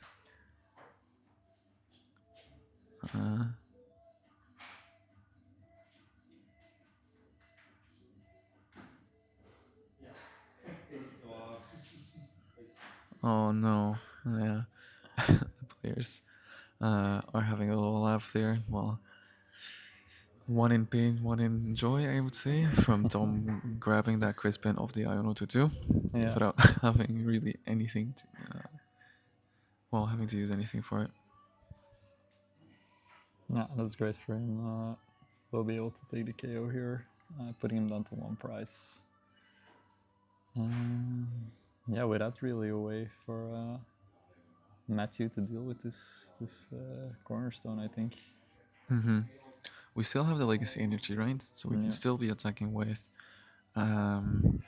Scizor dealing 110 damage, maybe develop a Monkey Dory, make it up to 140, and then we could take a knockout. Oh no, because we're getting knocked out by the cornerstone. Oh, a very tricky situation to be in. We do find the Dunsparce EX. Do we have our Crispin ourselves and maybe use the 150 attack? Yeah.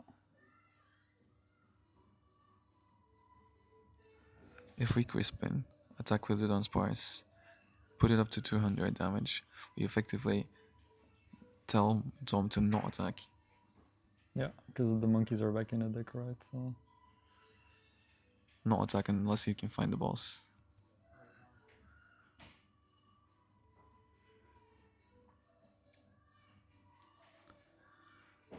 Seven minutes on the clock. A total of 4 prizes remain to be taken. One little owl looming on the bench for Tom, ready to seek some jewels. Exactly. And a lot of stuff happening on Matthew's side, honestly. But does he have the goods to finish up this set?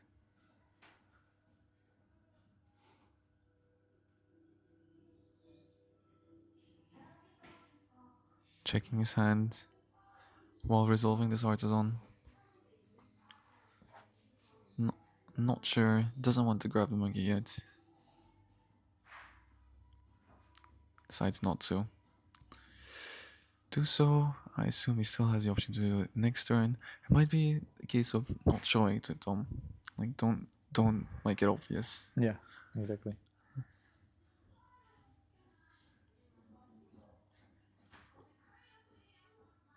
Doesn't look like we found the Crispin though. Iono again.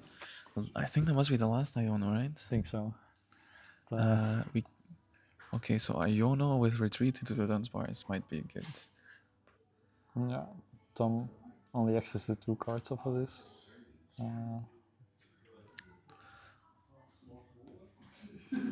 Or retreat into Scizor, yeah. Safer, I suppose.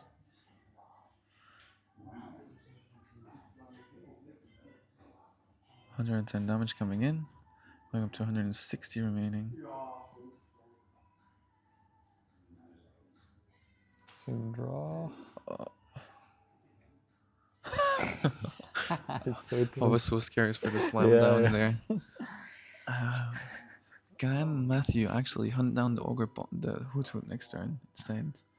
Because if you take out the cornerstone, then you're going to enable any Nesball to turn into a Mew, any Nesball to turn into a Pheasant Deputy, Yeah. which would still be the case. But then the Owl remains on the bench. At the same time, taking out the only Terra does the same thing, I suppose.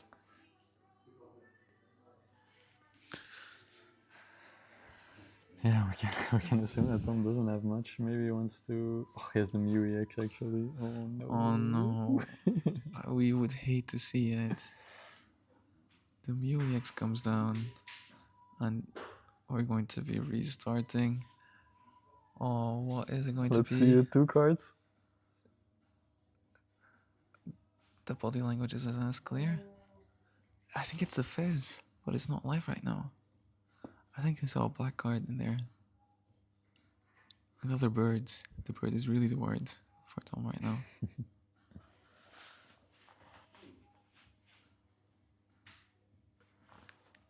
Yeah, imagine if he's just sitting on the Ultra Ball. The knockout's coming in. Scyther is being pushed.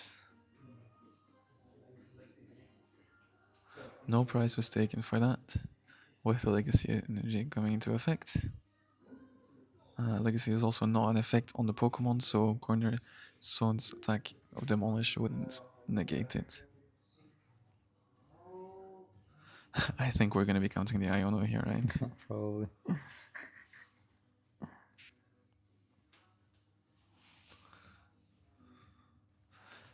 Oh, it's a Crispin though. No, an Iono. Oh, is that an Iono at the back? But Matthew doesn't want to use it. Finding metal and fighting off of that.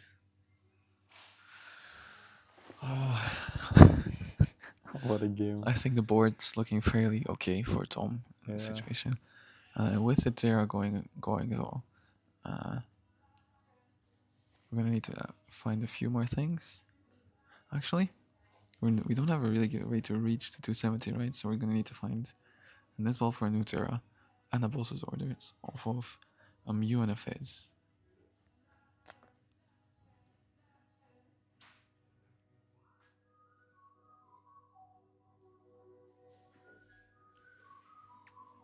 Matthew wary of being stalled out with 2 prizes that he can't take out right now, and attaching an energy already onto the Pheasant Deputy. Oh, we see the bear come down. We're thinning the deck. What is that, bundle? It's a bundle, no, but the bravery. But the bravery charm. Oh no. Yeah, the bravery charm for a million turns ago is actually coming into to play here. Does Tom still have a way to find the jamming tower in his deck? Oh, it happens. It happens to the best of us, but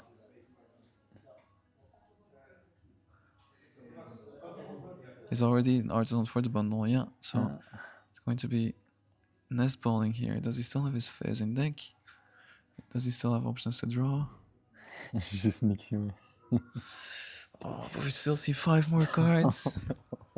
This is so tense. 5 more cards to find the Terra, and an Owl, or just the jamming tower. Does he play the jamming tower? Because we've been talking about it for so much, and it's going to really matter here. It has to be in the deck for the Gardevoir matchup, right? So, yeah. All right. So Matthew on his side is going to be betting for it to be his last prize. Oh no. Here he comes. 3.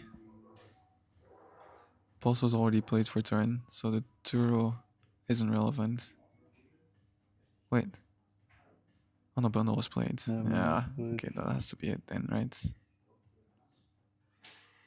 Oh, so. Oh, and that's a blood moon for game. Wow. Am I indeed? Yeah. So Okie dokie falling is just short to finish up this game here. Exactly. Incredible. What a tense moment in the end there, but yeah, Tom taking the cup. Yeah, it is the legendary duo of Mew EX and Pheasant EX that comes in clutch here for Tom. Yeah. And yeah, Pictures of the game, just in time. But yeah, what a great finals match. I hope you enjoyed that as much as we did. Yeah, definitely. Would you be interested in holding an interview with Tom? A winner's interview? Yeah, sure. I'm Well, down. I'm down. I did one yesterday, so let's see if the players are up for it. Uh, I'll go ask him right now. All right, sounds good. So yeah, Vinny's gonna ask them right now if they want to do a winners interview. Can get Tom up here. Just won the cup with Terrabox. Very exciting. That last match was incredible. So yeah, we'll just. I think we'll be back in like 2 minutes. Yeah, stay right there, guys.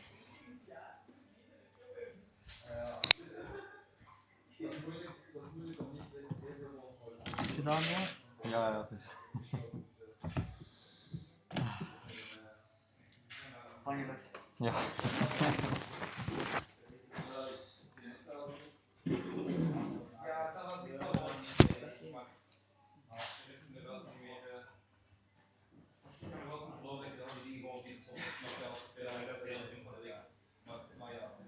Zal ik spelen? Want je kent Ja. ja, een keertje goed. Dan komt de zaterdag moet het ook zo'n boekje halen. Ja? Zaterdag moet het komen.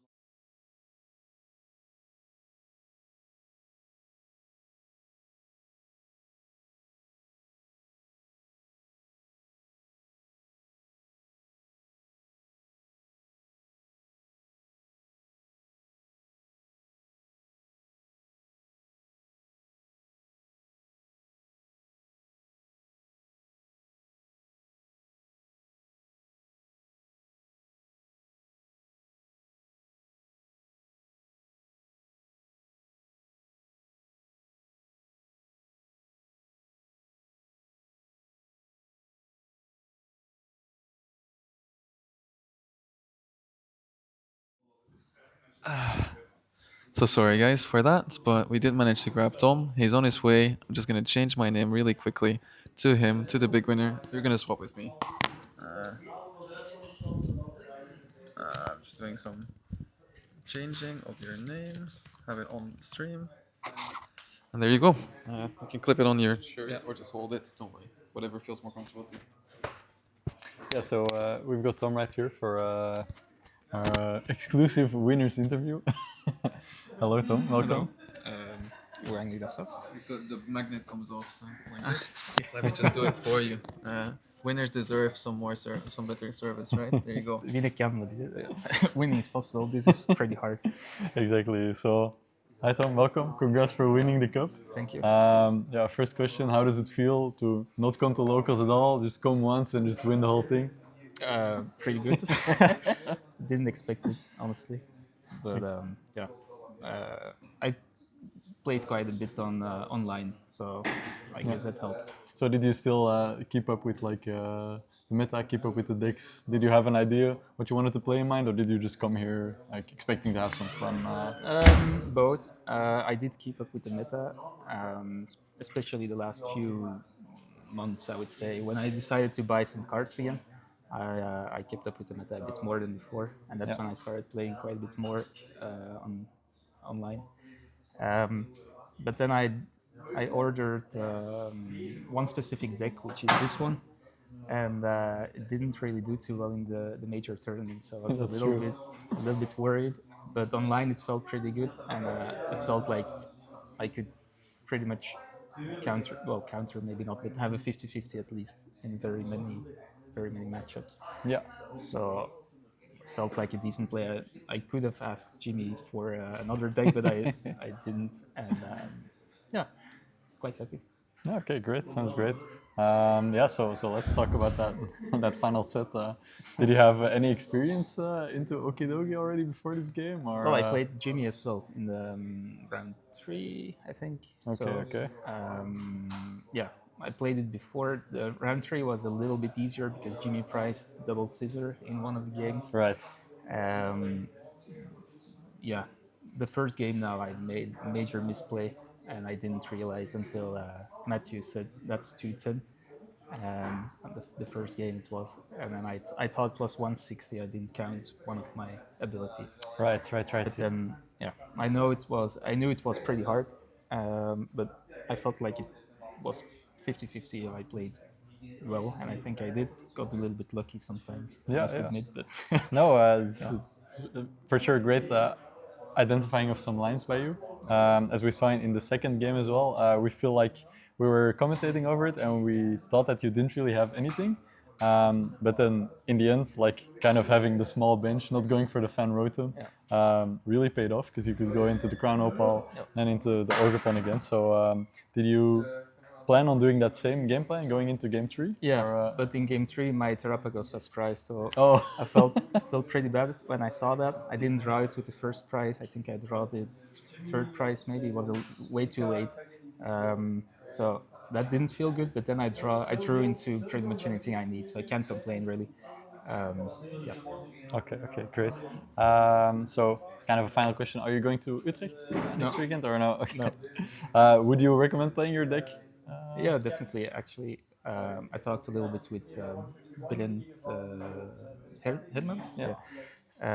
He played roughly the same list, and we both agreed it's pretty good deck and it's underperforming, we think. So I would, if I would go to Utrecht, I would play it because I practice it the most. It's one of the only decks I practiced, honestly. Yeah. So yeah, I would play it. Okay, awesome. Well, then that's it for our interview. If you want to shout out anyone or thank anyone, go nuts. Oh wow! Shout out to any of my opponents. Matthew was really nice in the finals. Played with many nice people today. And it's nice to see people people again as well. Yeah, It's been a while, so it's nice to see old faces and new faces. exactly, exactly. Well, it's great to have you back here, and thank you for your interview. And yeah, enjoy enjoy the prizes in the win. Yeah, Thank you. thanks. Bye. Bye. So grab that overview, and then I'll be right back.